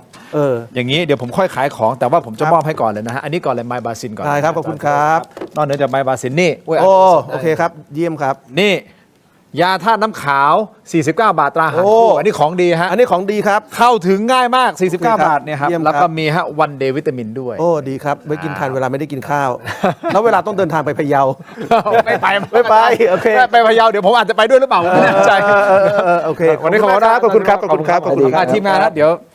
อำนวยความสะดวกให้อาจารย์ด้วยนะครับอ่ะกลับมากันต่อท่านอนุดิษฐ์ครับ ตรงไปตรงมานะถึงแม้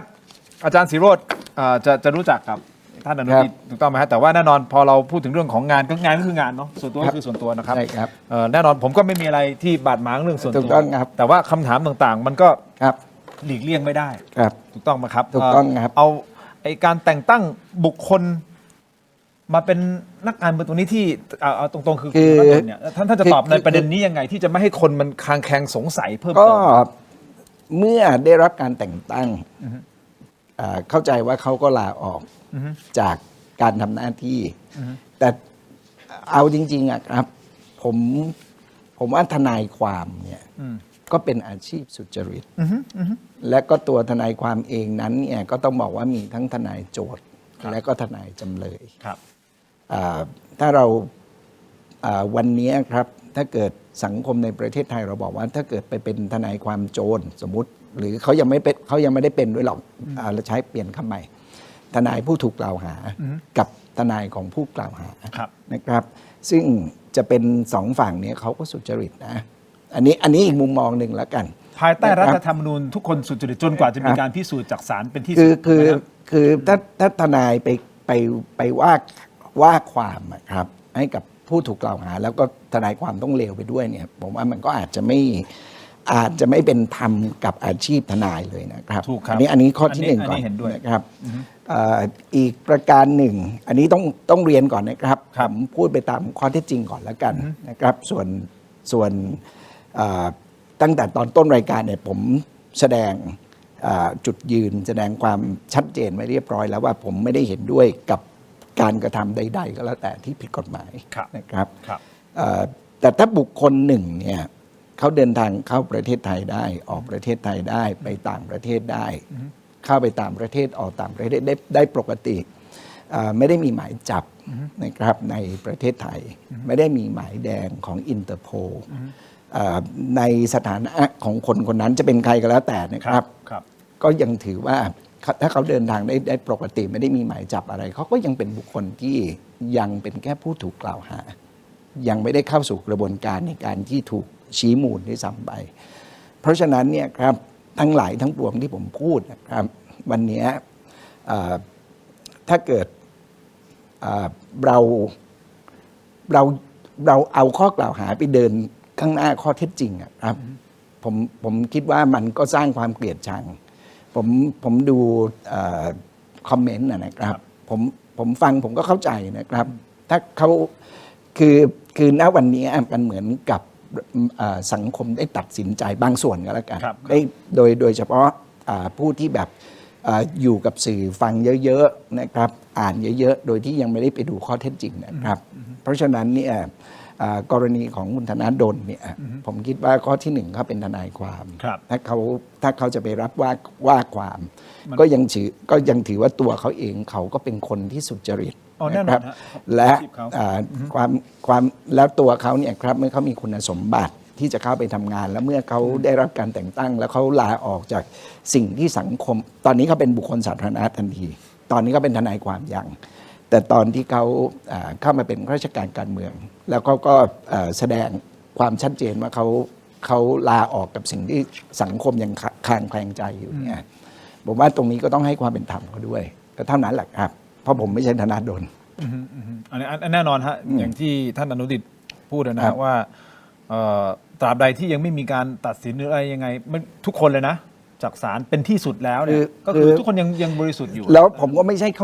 เข้าใจโลกนะครับขนาดมีคำตัดสินเรียบร้อยมีผลคำวินิจฉัยเป็นที่สุดแต่สังคมยังตั้งคำถามอยู่ผมก็บอกว่าผมไม่ห้ามไม่ให้ใครจะไปคิดแบบที่เราคิดแล้วเขาจะไปคิดแบบที่เขาคิดก็ต้องเป็นสิทธิ์ของเขาเช่นเดียวกันมันคือเสรีภาพนะครับและที่สำคัญที่มันดีในระบอบประชาธิปไตยย้ำอีกทีก็คือถ้าท่านไม่ได้เชื่อเขาท่านก็คงไม่เลือกเขาอยู่แล้วนะครับแต่กระดาษเดียวกันเนี่ยถ้าเกิดมันมีคนถ้าเราทำงานนะครับแล้วเราก็พิสูจน์แล้วเราใช้เหตุใช้ผลใช้หลักฐานใช้เจตนาใช้การกระทำของเราพิสูจน์แล้วเขามองเห็นว่าเราบริสุทธิ์เราทำงานแล้วเราจะเป็นตัวแทนก็ได้เขาก็เลือกครับก็เท่านี้แหละครับโอเคงั้นผมไปกรณีเรื่องของโควต้าสลากกินแบ่งรัฐบาลอันนี้ก็เหมือนถูกเชื่อมโยงอีกคือนี้ก็พูดแบบตรงไปตรงมานะครับผมเรื่องขององค์การทหารผ่านศึกจริงๆองค์การทหารผ่านศึกนั้นเป็นหน่วยงานที่ขึ้นตรงกับกระทรวงกลาโหม ซึ่งไม่ได้เกี่ยวข้องแล้วก็พรรคกล้าทำก็ไม่ได้เข้าไปบริหารกระทรวงกลาโหมแต่อย่างใดนะครับอย่างไรก็ตามเนี่ยเรื่องนี้ผมคิดว่ามันก็มีความชัดเจนในการตรวจสอบได้เลยนะครับไม่ว่าจะเป็นตัวของสำนักงานสลากกินแบ่งรัฐบาลซึ่งเขาก็มีผู้อำนวยการอยู่ท่านผู้อำนวยการอพสนะครับซึ่งก็มีตัวตนมีเป็นผู้รับผิดชอบอยู่เนี่ยขณะนี้สังคมเขาตั้งคำถามท่านก็รีบออกมาชี้แจงเท่านั้นเองครับแต่ส่วนที่แบบมันจะมาเกี่ยวข้องใกล้กับส่วนของกล้าทำมากที่สุดนะครับก็น่าจะเป็นสมาคม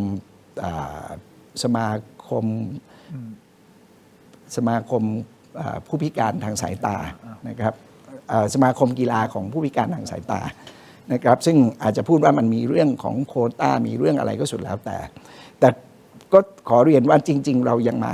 บริหารกระทรวงท่องเที่ยวได้ไม่ถึงเดือนเลยครับ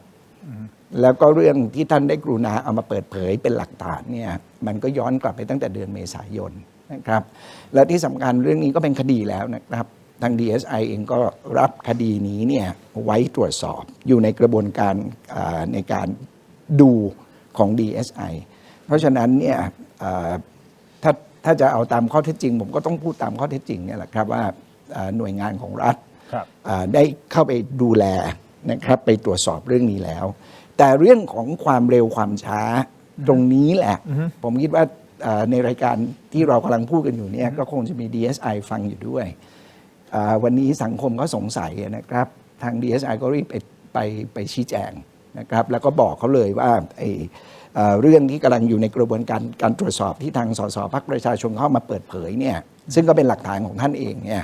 ท่านก็แค่บอกแหละครับว่าขณะนี้เนี่ยกระบวนการในการตรวจสอบเนี่ยมันครบถ้วนแล้วแบบไหนอย่างไรจะมีคำวินิจฉัยจะมีการยื่นฟ้องจะมีอะไรก็ว่ากันไปนะครับก็คงเท่านี้แหละครับโอเคก็คือข้อที่สังคมสงสัยหลายๆข้อนะฮะนี่คือพูดรวมๆนะครับคุณผู้ชมครับที่เราคุยไปแล้วนะครับแต่มีประเด็นหนึ่งที่สงสัยกรรมาธิการการทหารนะครับทำไมท่านธรรมนัสถึงไม่ได้ไปให้ข้อมูลน่าจะเป็นกรรมาธิการความมั่นคงโทษทีนะครับของคุณโรมผมเข้าใจว่าประเด็นที่คุณโรมถามตัวรองนายกร้อยเอกธรรมนัสเนี่ยเขาก็มาตอบหลังจากที่มีการอภิปรายก็มาแถลงกับสื่อมวลชนซึ่ง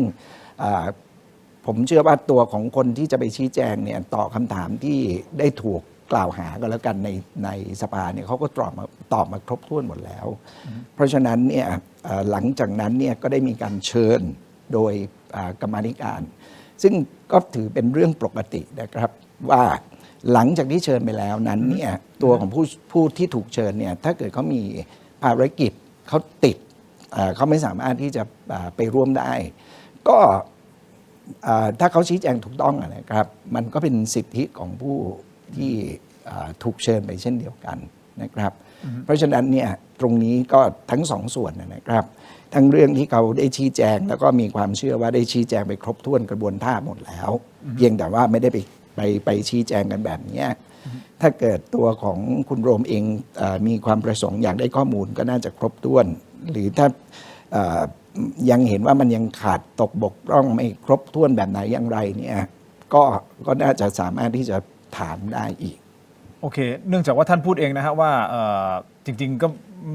อาจารย์ศิโรจน์ก็ไม่ได้เห็นด้วยนะครับว่าเป็นพรรคต้นทุนต่ำนะครับนั่นหมายความว่าอาจจะต้องทำมากกว่าปกติเพื่อที่จะให้คนเห็นว่าเราตั้งใจทำถูกต้องไหมครับถูกต้องครับเพราะฉะนั้นการที่ตัวท่านรองนายกรัฐมนตรีเองถ้าเดินทางไปที่กรรมาธิการเพื่อที่จะไปพูดคุยต่อหน้าแล้วตอบข้อซักถามต่างๆของกรรมาธิการผมว่าน่าจะเป็นท่านอนุทินไม่บอกแล้วว่าน่าจะเป็นภาพที่จะสร้างความมั่นใจมากยิ่งขึ้นว่าท่านกล้ามานะเหมือนอย่างน้อยคุณการจอมพลังก็วิดีโอคอลเข้ามาอย่างเงี้ยครับอันนี้ผมถามคือถามแทนประชาชนผมก็อยากตอบเหมือนกัน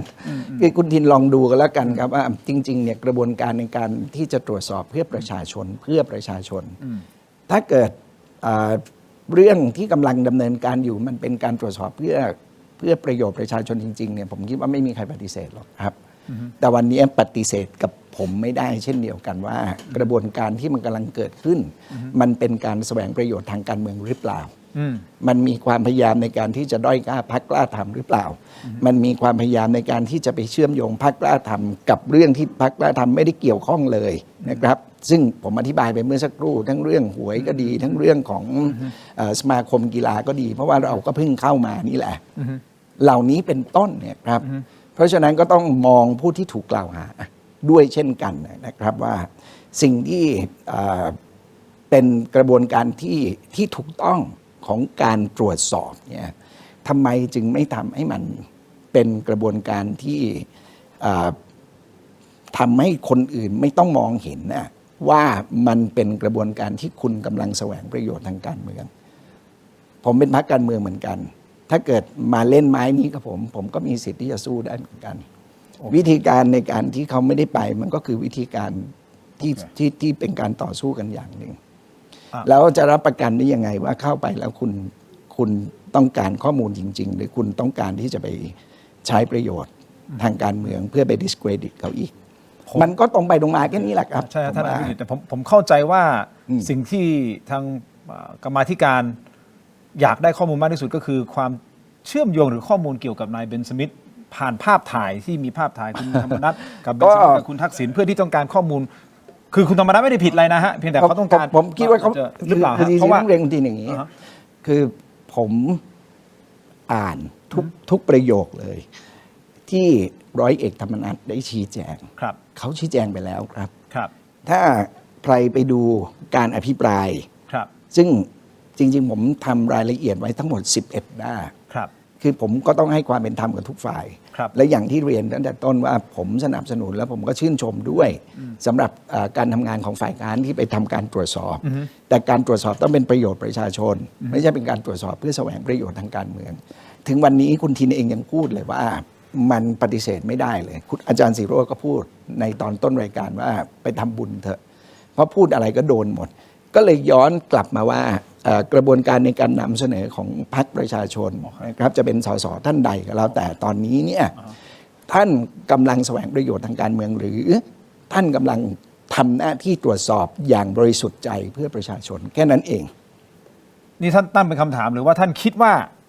อันนี้คือการแสวงหาผลประโยชน์ทางการเมืองไม่ใช่ทำเพื่อประชาชนสำหรับผม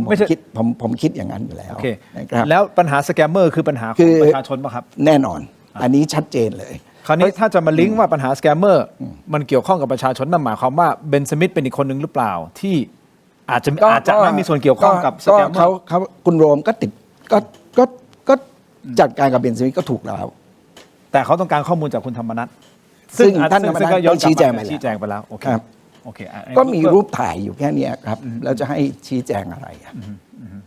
มันก็มีอะไรตรงไปตรงมาแล้วเลยมองว่าไม่คือเขาชี้แจงไปแล้วโดยเปเปอร์อะไรก็แล้วแต่ไม่จำเป็นที่ตัวท่านต้องไปคือถ้าไม่อย่างนั้นนะครับใครก็แล้วแต่ที่ถูกกล่าวหาว่าเป็นอาชญากรนะครับ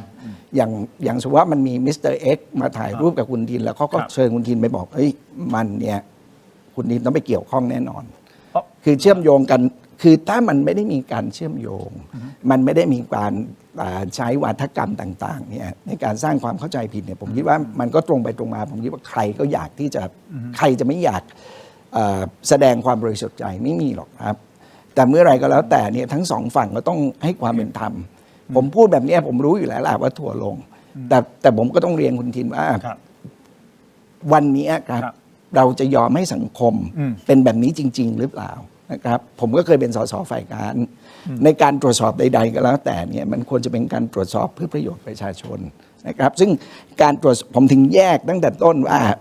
การตรวจสอบสแกมเมอร์เป็นเรื่องที่ถูกต้องครับแต่การที่ไม่เชื่อมโยงโดยไม่มีหลักฐานอะไรเลยเนี่ยใช้รูปถ่ายใบเดียวเนี่ยนะครับแล้วโอ้โหกลายเป็นแบบอุ้ยมันจะต้องมีความเกี่ยวพันกันนู่นนี่นั่นเนี่ยผมคิดว่าใครถูกตรวจสอบแบบนี้เขาก็มีสิทธิ์ทำแบบนี้เหมือนกันโอเคเพราะผมเข้าใจว่าเขาต้องการแค่ข้อมูลว่าตกลงไปรู้จักกันอะไรยังไงมีข้อมูลเพิ่มเติมที่จะเป็นประโยชน์ให้กับกรรมาธิการเพื่อที่จะตรวจสอบเรื่องของสแกมเมอร์ตอบไปแล้วโอเคอันนี้ชัดเจนแล้วท่านตอบมาแบบนี้ก็คือตอบไปแล้วก็คือไม่จำเป็นจะต้องตัวท่านจะต้องไปเพราะว่าก็ไม่มีอะไรนอกเหนือจากที่ครับก็อยากให้ไปดูที่แถลงการนะครับ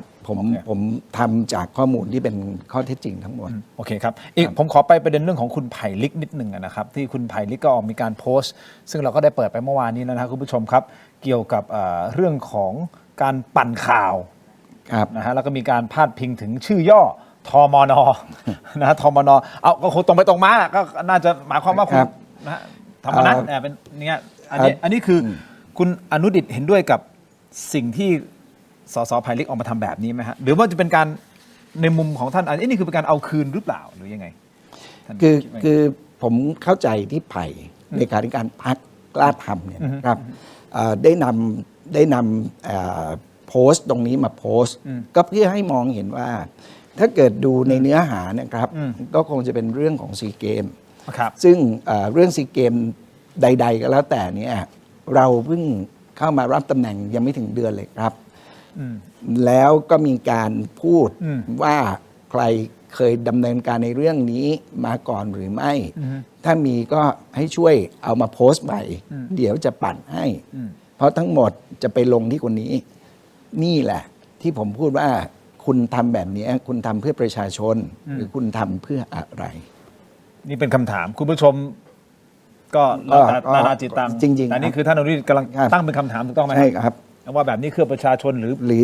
คุณตรวจสอบเพื่อประชาชนหรือคุณตรวจสอบเพื่ออะไรซึ่งก็ให้ความเป็นธรรมคุณไอซ์ก็ออกมาตอบประเด็นนี้แล้วเช่นเดียวกันถูกต้องไหมฮะเรื่องคำว่าปั่นภาษาวัยรุ่นผมก็ถามผมไม่ใช่เจนแซดเขาอย่างน้องๆนะน้องๆบอกพี่ปั่นไปว่าอะไรวะก็แชร์ไงพวกภาษาวัยรุ่นก็คือช่วยแชร์ใช่ไหมฮะหรือแม้แต่อะไรนะเท่อันตรายผมว่าเฮ้ยเราอันตรายเหรอเท่แปลว่าอะไรอันตรายแปลว่าอะไรเท่มากๆอย่างนี้ใช่ไหมผมไม่เคยรู้มาก่อนว่าคำว่าอันตรายมันแปลว่าเท่มากๆมันเป็นศัพท์วัยรุ่นใหม่ผมไม่ทันเหมือนกันนะ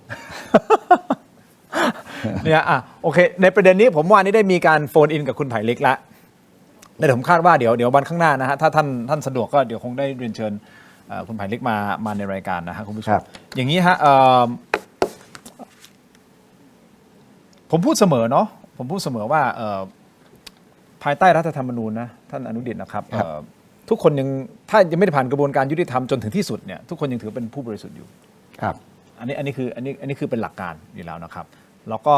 การที่เราจะกล่าวหาใครหรืออะไรยังไงแล้วแต่มันต้องมีหลักฐานถูกต้องไหมถ้าไม่มีหลักฐานคุณก็สามารถที่จะโดนดำเนินคดีได้ด้วยเช่นเดียวกันก็เป็นสิทธิ์ของผู้ถูกเป็นสิทธิ์อยู่แล้วนะครับแต่ทั้งนี้ทั้งนั้นวันนี้ก็ต้องขอบคุณท่านอนุดิษฐ์มากนะฮะที่ให้เกียรติกับรายการแล้วก็มานั่งพูดคุยถึงแม้ท่านไม่ใช่เป็นท่านร้อยเอกธรรมนัสเองก็ตามแต่ท่านก็ถือว่าเป็นคนของพรรคกล้าทำเพราะท่านเป็นประธานยุทธศาสตร์พรรคกล้าทำแล้วท่านก็ตอบคำถามแล้วก็ถามอย่างทุกอย่างอย่างตรงไปตรงมาได้แล้วท่านก็ตอบส่วนคุณผู้ชมคิดเห็นยังไงฟังยังไงอันนี้แล้วแต่เลยแล้วแต่ใช่ครับถูกไหมครับแล้วผมเองก็ไม่ได้เป็นคำตอบของเราก็อาจจะไม่ได้ทำให้ทุกคนพึงพอใจก็ได้ก็อันนี้ก็เป็นเรื่องปกติครับเพราะเราอยู่ในสังคมประชาธิปไตยนะครับแต่หลายอย่างมันพุ่งเป้าไปที่พรรคกล้าทำเยอะเหลือเกินท่านอันนี้ก็คงต้องยอมรับในประเด็นนี้ด้วยใช่ครับคืออันนี้มันนะผมพูดอย่างนี้ก็แล้วกันคือกระบวนการในการทำดิจิทัลมาร์เก็ตติ้งครับในปัจจุบันเนี่ยเรารู้อยู่แล้วนะครับว่าอัลกอริทึมหรือว่าขั้นตอนวิธีของแพลตฟอร์มต่างๆที่เขาจะดันฟีดนะครับคือเขาอัลกอริทึมทั้งหลายครับเขาก็ออกแบบมาเพื่อให้คนอยู่ในแอปเขานานที่สุดนะครับเพราะฉะนั้นเนี่ยอันไหนก็แล้วแต่ที่มันเป็นเรื่องของความโกรธมันเป็นเรื่องของความสะใจมันเป็นเรื่องที่ทำให้คนมีความรู้สึกว่าเขาได้พดุงความยุติธรรมเหล่านี้ครับไม่ต้องมีข้อเท็จจริงเลยนะครับถ้าคนมีความรู้สึกโกรธสะใจมันดันฟีดให้คนอีกเป็นคนเป็นพันเป็นหมื่นได้เห็นตรงนี้ก็เป็นกระบวนการของการทำคอนเทนต์ไม่ต้องเชื่อผมก็ได้นะครับวันนี้เข้าไปดูในการทำดิจิทัลมาร์เก็ตติ้งมันคือหลักการของมันแต่ว่าสิ่งสำคัญตรงนี้แหละครับที่ผมอยากจะสะท้อนให้สังคมเห็นแล้วกันว่าถ้าเราปล่อยปละละเลยกันแบบนี้ครับต่อไปไม่ต้องมีความจริงครับ Fair enough ถ้ามีบุคคลใดบุคคลหนึ่งในพรรคกล้าทำที่ทำผิดกฎหมายไม่เอาไว้ใช่ไหมครับไม่ได้แบบว่าปกป้องเลี้ยงดูปูเสือเพื่อที่จะหาทางแก้ไขใช่ไหมครับผมพูดแบบตรงไปตรงมาผมไม่ได้เอ่ยชื่อใครนะแต่ถ้าสมมติตรวจสอบแล้วเกิดให้คนนี้เป็นอย่างนั้นจริงอาจจะเกี่ยวข้องกับเรื่องนู้นเรื่องนี้ยาเสพติดการพนันอะไรก็แล้วแต่ครับคือในทุกองค์กรผมเคยเป็นทหารมาก่อน ก็ไม่ได้แปลว่ามันจะมีทหารทั้ง100 คนเนี่ยทั้ง100%เนี่ยเป็นคนดีนะครับขณะเดียวกันกับองค์กรอื่นๆ ก็เช่นเดียวกัน มันไม่มีหรอกครับที่ไหนที่แบบจะบริสุทธิ์ผุดผ่องแล้วก็เป็นคนดีทั้ง100 พรรคการเมืองก็เช่นเดียวกันนะครับไม่ใช่เฉพาะพรรคกล้าทำด้วยพรรคการเมืองอื่นๆ ก็เช่นเดียวกันใช่ว่าจะไม่มีสมาชิกที่ทำไม่ดีเป็นอาชญากรหรือว่าพรรคการเมืองไหนก็แล้วแต่ที่แม้แต่ตัวท่านสสเองเราก็เห็นเยอะแยะนะครับที่ท่านทำหน้าที่อยู่แล้วก็มีคำพิพากษาให้ท่านต้องถูกจำคุกอะไรก็แล้วแต่ทั้งหลายทั้งปวงมันก็สะท้อนให้เห็นแหละครับแต่ผมพูดแบบนี้ได้ไหมครับว่าจริงๆทุกองค์กรมีทั้งคนดีและคนไม่ดีผมเชื่อแล้วกันส่วนท่านผู้ชมจะเชื่อหรือเปล่าก็ไม่เป็นไรนะครับแต่สิ่งที่มันเป็นร่มอยู่เหนือองค์กรเนี่ยก็คือถ้ามันมีคนไม่ดีนะครับแล้วเขาเข้าสู่กระบวนการในการพิสูจน์ตัวเองภายใต้กระบวนการยุติธรรมเนี่ยนะครับแล้วเขาถูกชี้ว่าเขาผิดมันก็โดยอัตโนมัตินะครับคงไม่มีพรรคการเมืองคนไหนเนี่ยยินดีที่จะเลี้ยงคนผิดไว้อยู่แล้วชัดเจนฮะคุณผู้ชมครับผมขออนุญาตท่านนะฮะพอดีของเราเยอะนิดนึง คุณผู้ชมอย่าเพิ่งเบื่อผมนะฮะผมต้องทำมาหากินครับไม่งั้นรายการผมไปไม่รอดฮะรายการเราอยู่ได้เพราะพี่ๆสปอนเซอร์โอ้โหดูหลายอย่างเลย มาเป็นซานตาคลอสนะฮะใกล้คริสต์มาสแล้วคุณผู้ชมครับขออนุญาตท่านอนุดิษฐ์นะฮะอันแรกก่อนเลยครับอย่างแรกนี้เราจะมาเรียนรู้กันแบบนอกเวลาแล้วนะครับ นี่ฮะไมบาซินใช่ครับขอขอบคุณเม็ดอมซิงค์พลัสผลิตภัณฑ์ไมบาซินจากเกรเตอร์ฟาร์มานะครับทำให้เสียงผมจะหล่อขึ้นดีเลยฮะท่านลองเลยนะครับมี3สูตรที่มีคุณประโยชน์จากวิตามินหลากหลายชนิดนะครับเม็ดอมซิงค์พลัสวิตามินซีและโคคิวเทนกลิ่นองุ่นมะนาวนะครับเม็ดอมซิงค์พลัสบลูทีและบิลเบอรี่กลิ่นแบล็คเคอร์เรนต์ผมต้องกินอันนี้ก่อนอันนี้คือตัวไหนเป็นองุ่นกลิ่นองุ่นมะนาวกลิ่นองุ่นมะนาวนี่ทานได้เลยครับเพราะว่าสีเขียวครับอ๋อโอเคพักการทำนะเม็ดอมซิงค์พลัสเบต้ากลูแคนกลิ่นสตรอเบอรี่นะครับซิงค์มีส่วนช่วยในการทำหน้าที่ของระบบภูมิคุ้มกันและกระบวนการต่อต้านอนุมูลอิสระถ้าเจ็บคอไอหรืออยากเสริมภูมิคุ้มกันนะครับเลือกไมบาซินจากเกรเตอร์ฟาร์มาหาซื้อได้ที่ร้านสะดวกซื้อซุปเปอร์มาร์เก็ตและร้านขายยาทั่วประเทศไมบาซินจากเกรเตอร์ฟาร์มาก้าวสู่60 ปีอย่างมั่นคงและยั่งยืนนะฮะรับรองครับทุกอย่างที่รับไปไม่เกิน 3,000 บาทครับถ้าลองพูดหน่อยฮะพูดสักไม่อันที่สองนะครับผมต้องมองกล้องนี้ท่านจะพูดอันนี้นะฮะอันนี้เดี๋ยวมันคือให้ลองเสียงไงเทสเสียงครับได้ไหมอ่ะเทสเสียงด้วยนะโอเคผมต้องมองไปทางนี้อมทีได้เลยเรียบร้อยเลยอันนี้ยาดมสมุนไพรตามังกรทองสูตรดอกไม้หอมได้รับรางวัล Premium Herbal Products ผลิตภัณฑ์สมุนไพรคุณภาพปี 2568 ครับจากกรมการแพทย์แผนไทยและการแพทย์ทางเลือกนะครับบรรเทาการวิงเวียนศีรษะหอมเย็นชื่นใจจากอ้วยอันโอสถครับขอบคุณครับมิติใหม่อมปุ๊บเสียงเพราะทันที ถ้าดมปุ๊บนี่พลังมาเลยนะฮะนี่แล้วก็ดมนะครับหอมครับต่อกันเลยนะครับเครื่องใช้ไฟฟ้าขนาดเล็กครับ Seagull Electric นะฮะที่ตอบโจทย์ทุกการใช้งานหุงแบบ 3D อัจฉริยะนี่นะครับยกระดับความอร่อยทุกจานครับหม้อหุงข้าว 3D Pro 5.6 ลิตรครับอุ่นร้อนรอบทิศทางอร่อยเหมือนหุงใหม่ตลอดทั้งวัน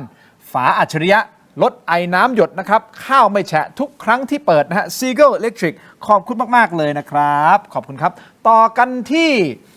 กรดไหลย้อนฮะถ้าท่านมีกรดไหลย้อนต้องวันเกิดเลยนะฮะกรดไหลย้อนต้องวันเกิดบรรเทาอาการแสบร้อนกลางอกครับอาหารไม่ย่อยจัดเลยฮะวันเกิดนี่นะครับอาหารไม่ย่อยเนื่องจากกรดไหลย้อนต้องวันเกิดนะครับอย่าลืมนะฮะนี่คือยาบรรเทาอาการแสบร้อนกลางอกครับอาหารไม่ย่อยเนื่องจากกรดไหลย้อนวันเกิดครับขอบคุณมากๆเลยนะครับต่อกันที่เบรกครับ Compact Brake ก้าวล้ำไปอีกขั้นนะครับกับนวัตกรรมความปลอดภัยล่าสุดครับ Compact Primo Gen 2 สูตรพระเบรกเกรดพรีเมียมครับมาพร้อมกับเทคโนโลยีใหม่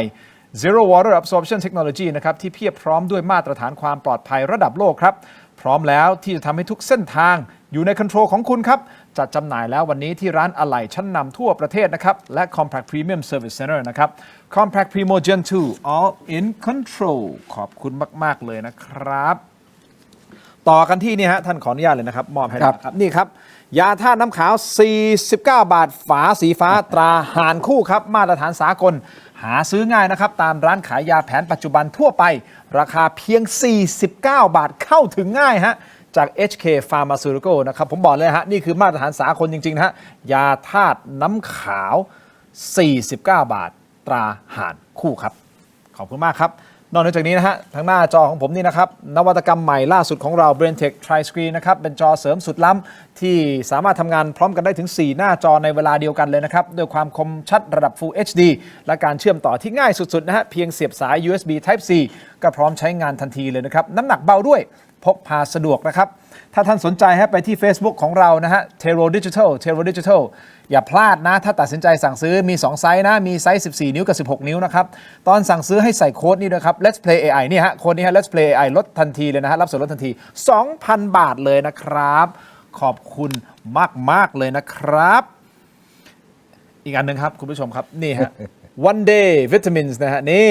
ผมบอกให้ท่านนี่ฮะของดีครับวิตามินชนิดดื่มครับที่รวมครบ13วิตามินที่ร่างกายต้องการใน1 วันช่วยให้สมองปลอดโปร่งนะครับตาใสพร้อมลุยงานได้เต็มที่อร่อยสดชื่นมีให้เลือก2รสนะครับ Grapefruit กับ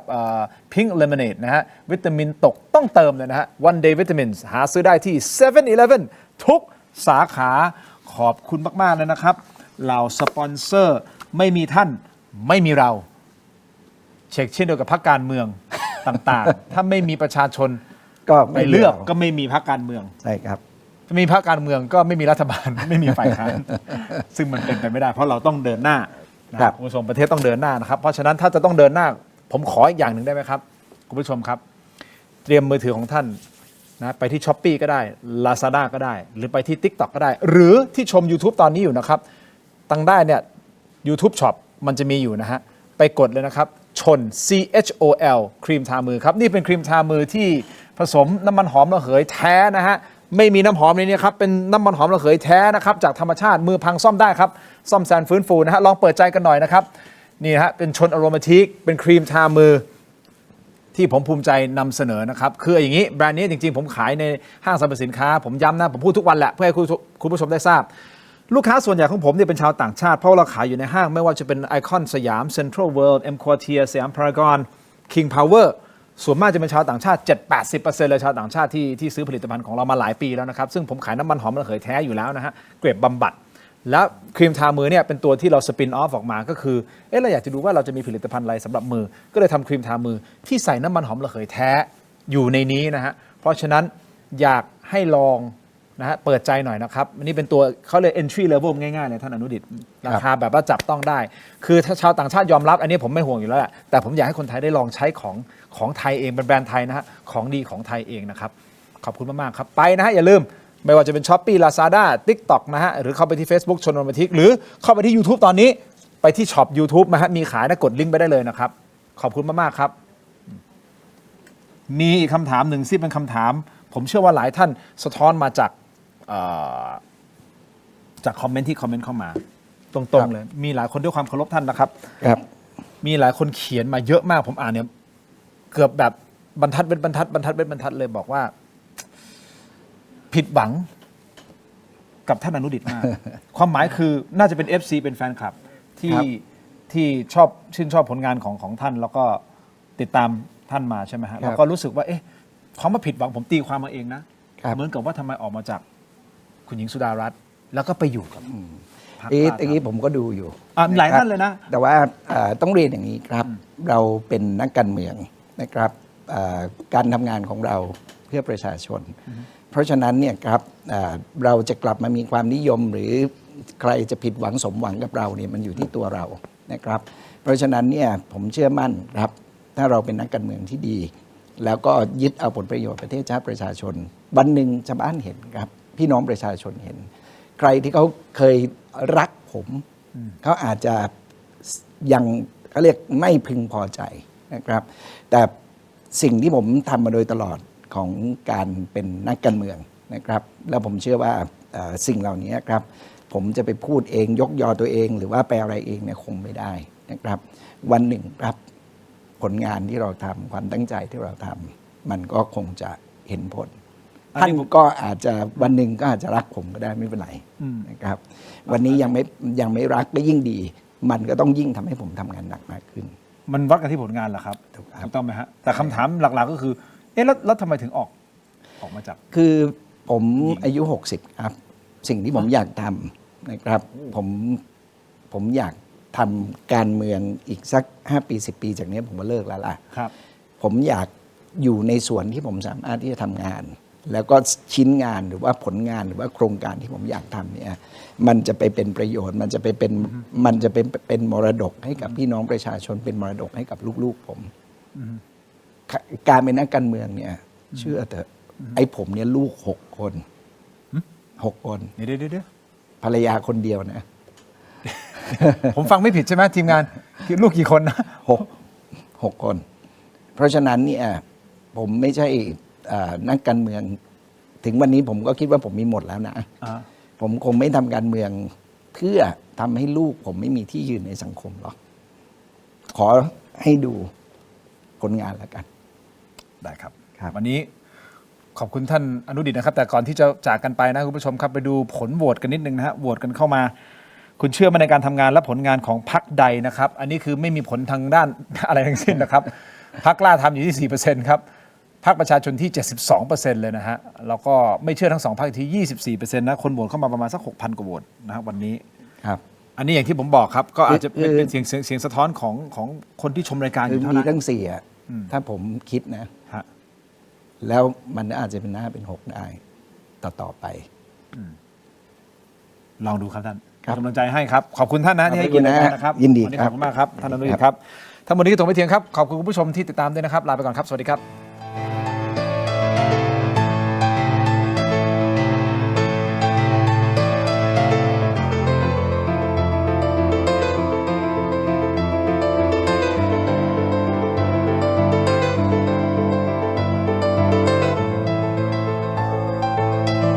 หากคุณไม่อยากพลาดถกไม่เถียงตอนเด็ดๆและไม่อยากพลาดเทคนิคความรู้แนวทางในการต่อสู้กับปัญหาที่สักวันหนึ่งอาจจะเกิดขึ้นกับคุณก็ได้นะครับอย่าลืมกดไลค์กดแชร์กด Subscribe กดกระดิ่งช่องเทโรดิจิทัลนะครับเป็นกำลังใจให้กับถกไม่เถียงด้วยครับมีคุณผู้ชมถามเข้ามามากมายนะครับว่าถกไม่เถียงมีวิธีการร้องทุกข์อย่างไรเรามีขั้นตอนง่ายๆดังต่อไปนี้ครับเริ่มต้นจากสแกน QR Code นี้เลยครับจากนั้นนะครับท่านก็เข้าสู่หน้า inbox ของรายการถกไม่เถียงเพียงท่านกดคำว่าเริ่มต้นระบบอัตโนมัติจะส่งลิงก์ที่ทีมถกไม่เถียงสร้างขึ้นมาให้แก่ท่านนะครับรับรองว่าเป็นลิงก์ที่ปลอดภัยกดเข้าไปได้เลยครับเมื่อเข้าไปถึงหน้านี้นี่นะฮะแค่นี้นะครับท่านก็พิมพ์เรื่องราวร้องทุกข์มาได้เลยนะครับแต่ผมมีทริค3 ข้อสำหรับการร้องทุกข์เข้ามาในรายการถกไม่เถียงนะครับ 1. เขียนเรื่องราวร้องทุกข์ของท่านให้ละเอียดชัดเจนและสรุปโดยง่ายที่สุดนะครับข้อที่ 2 เขียนชื่อเบอร์โทรของท่านให้ครบถ้วนสมบูรณ์ที่สุด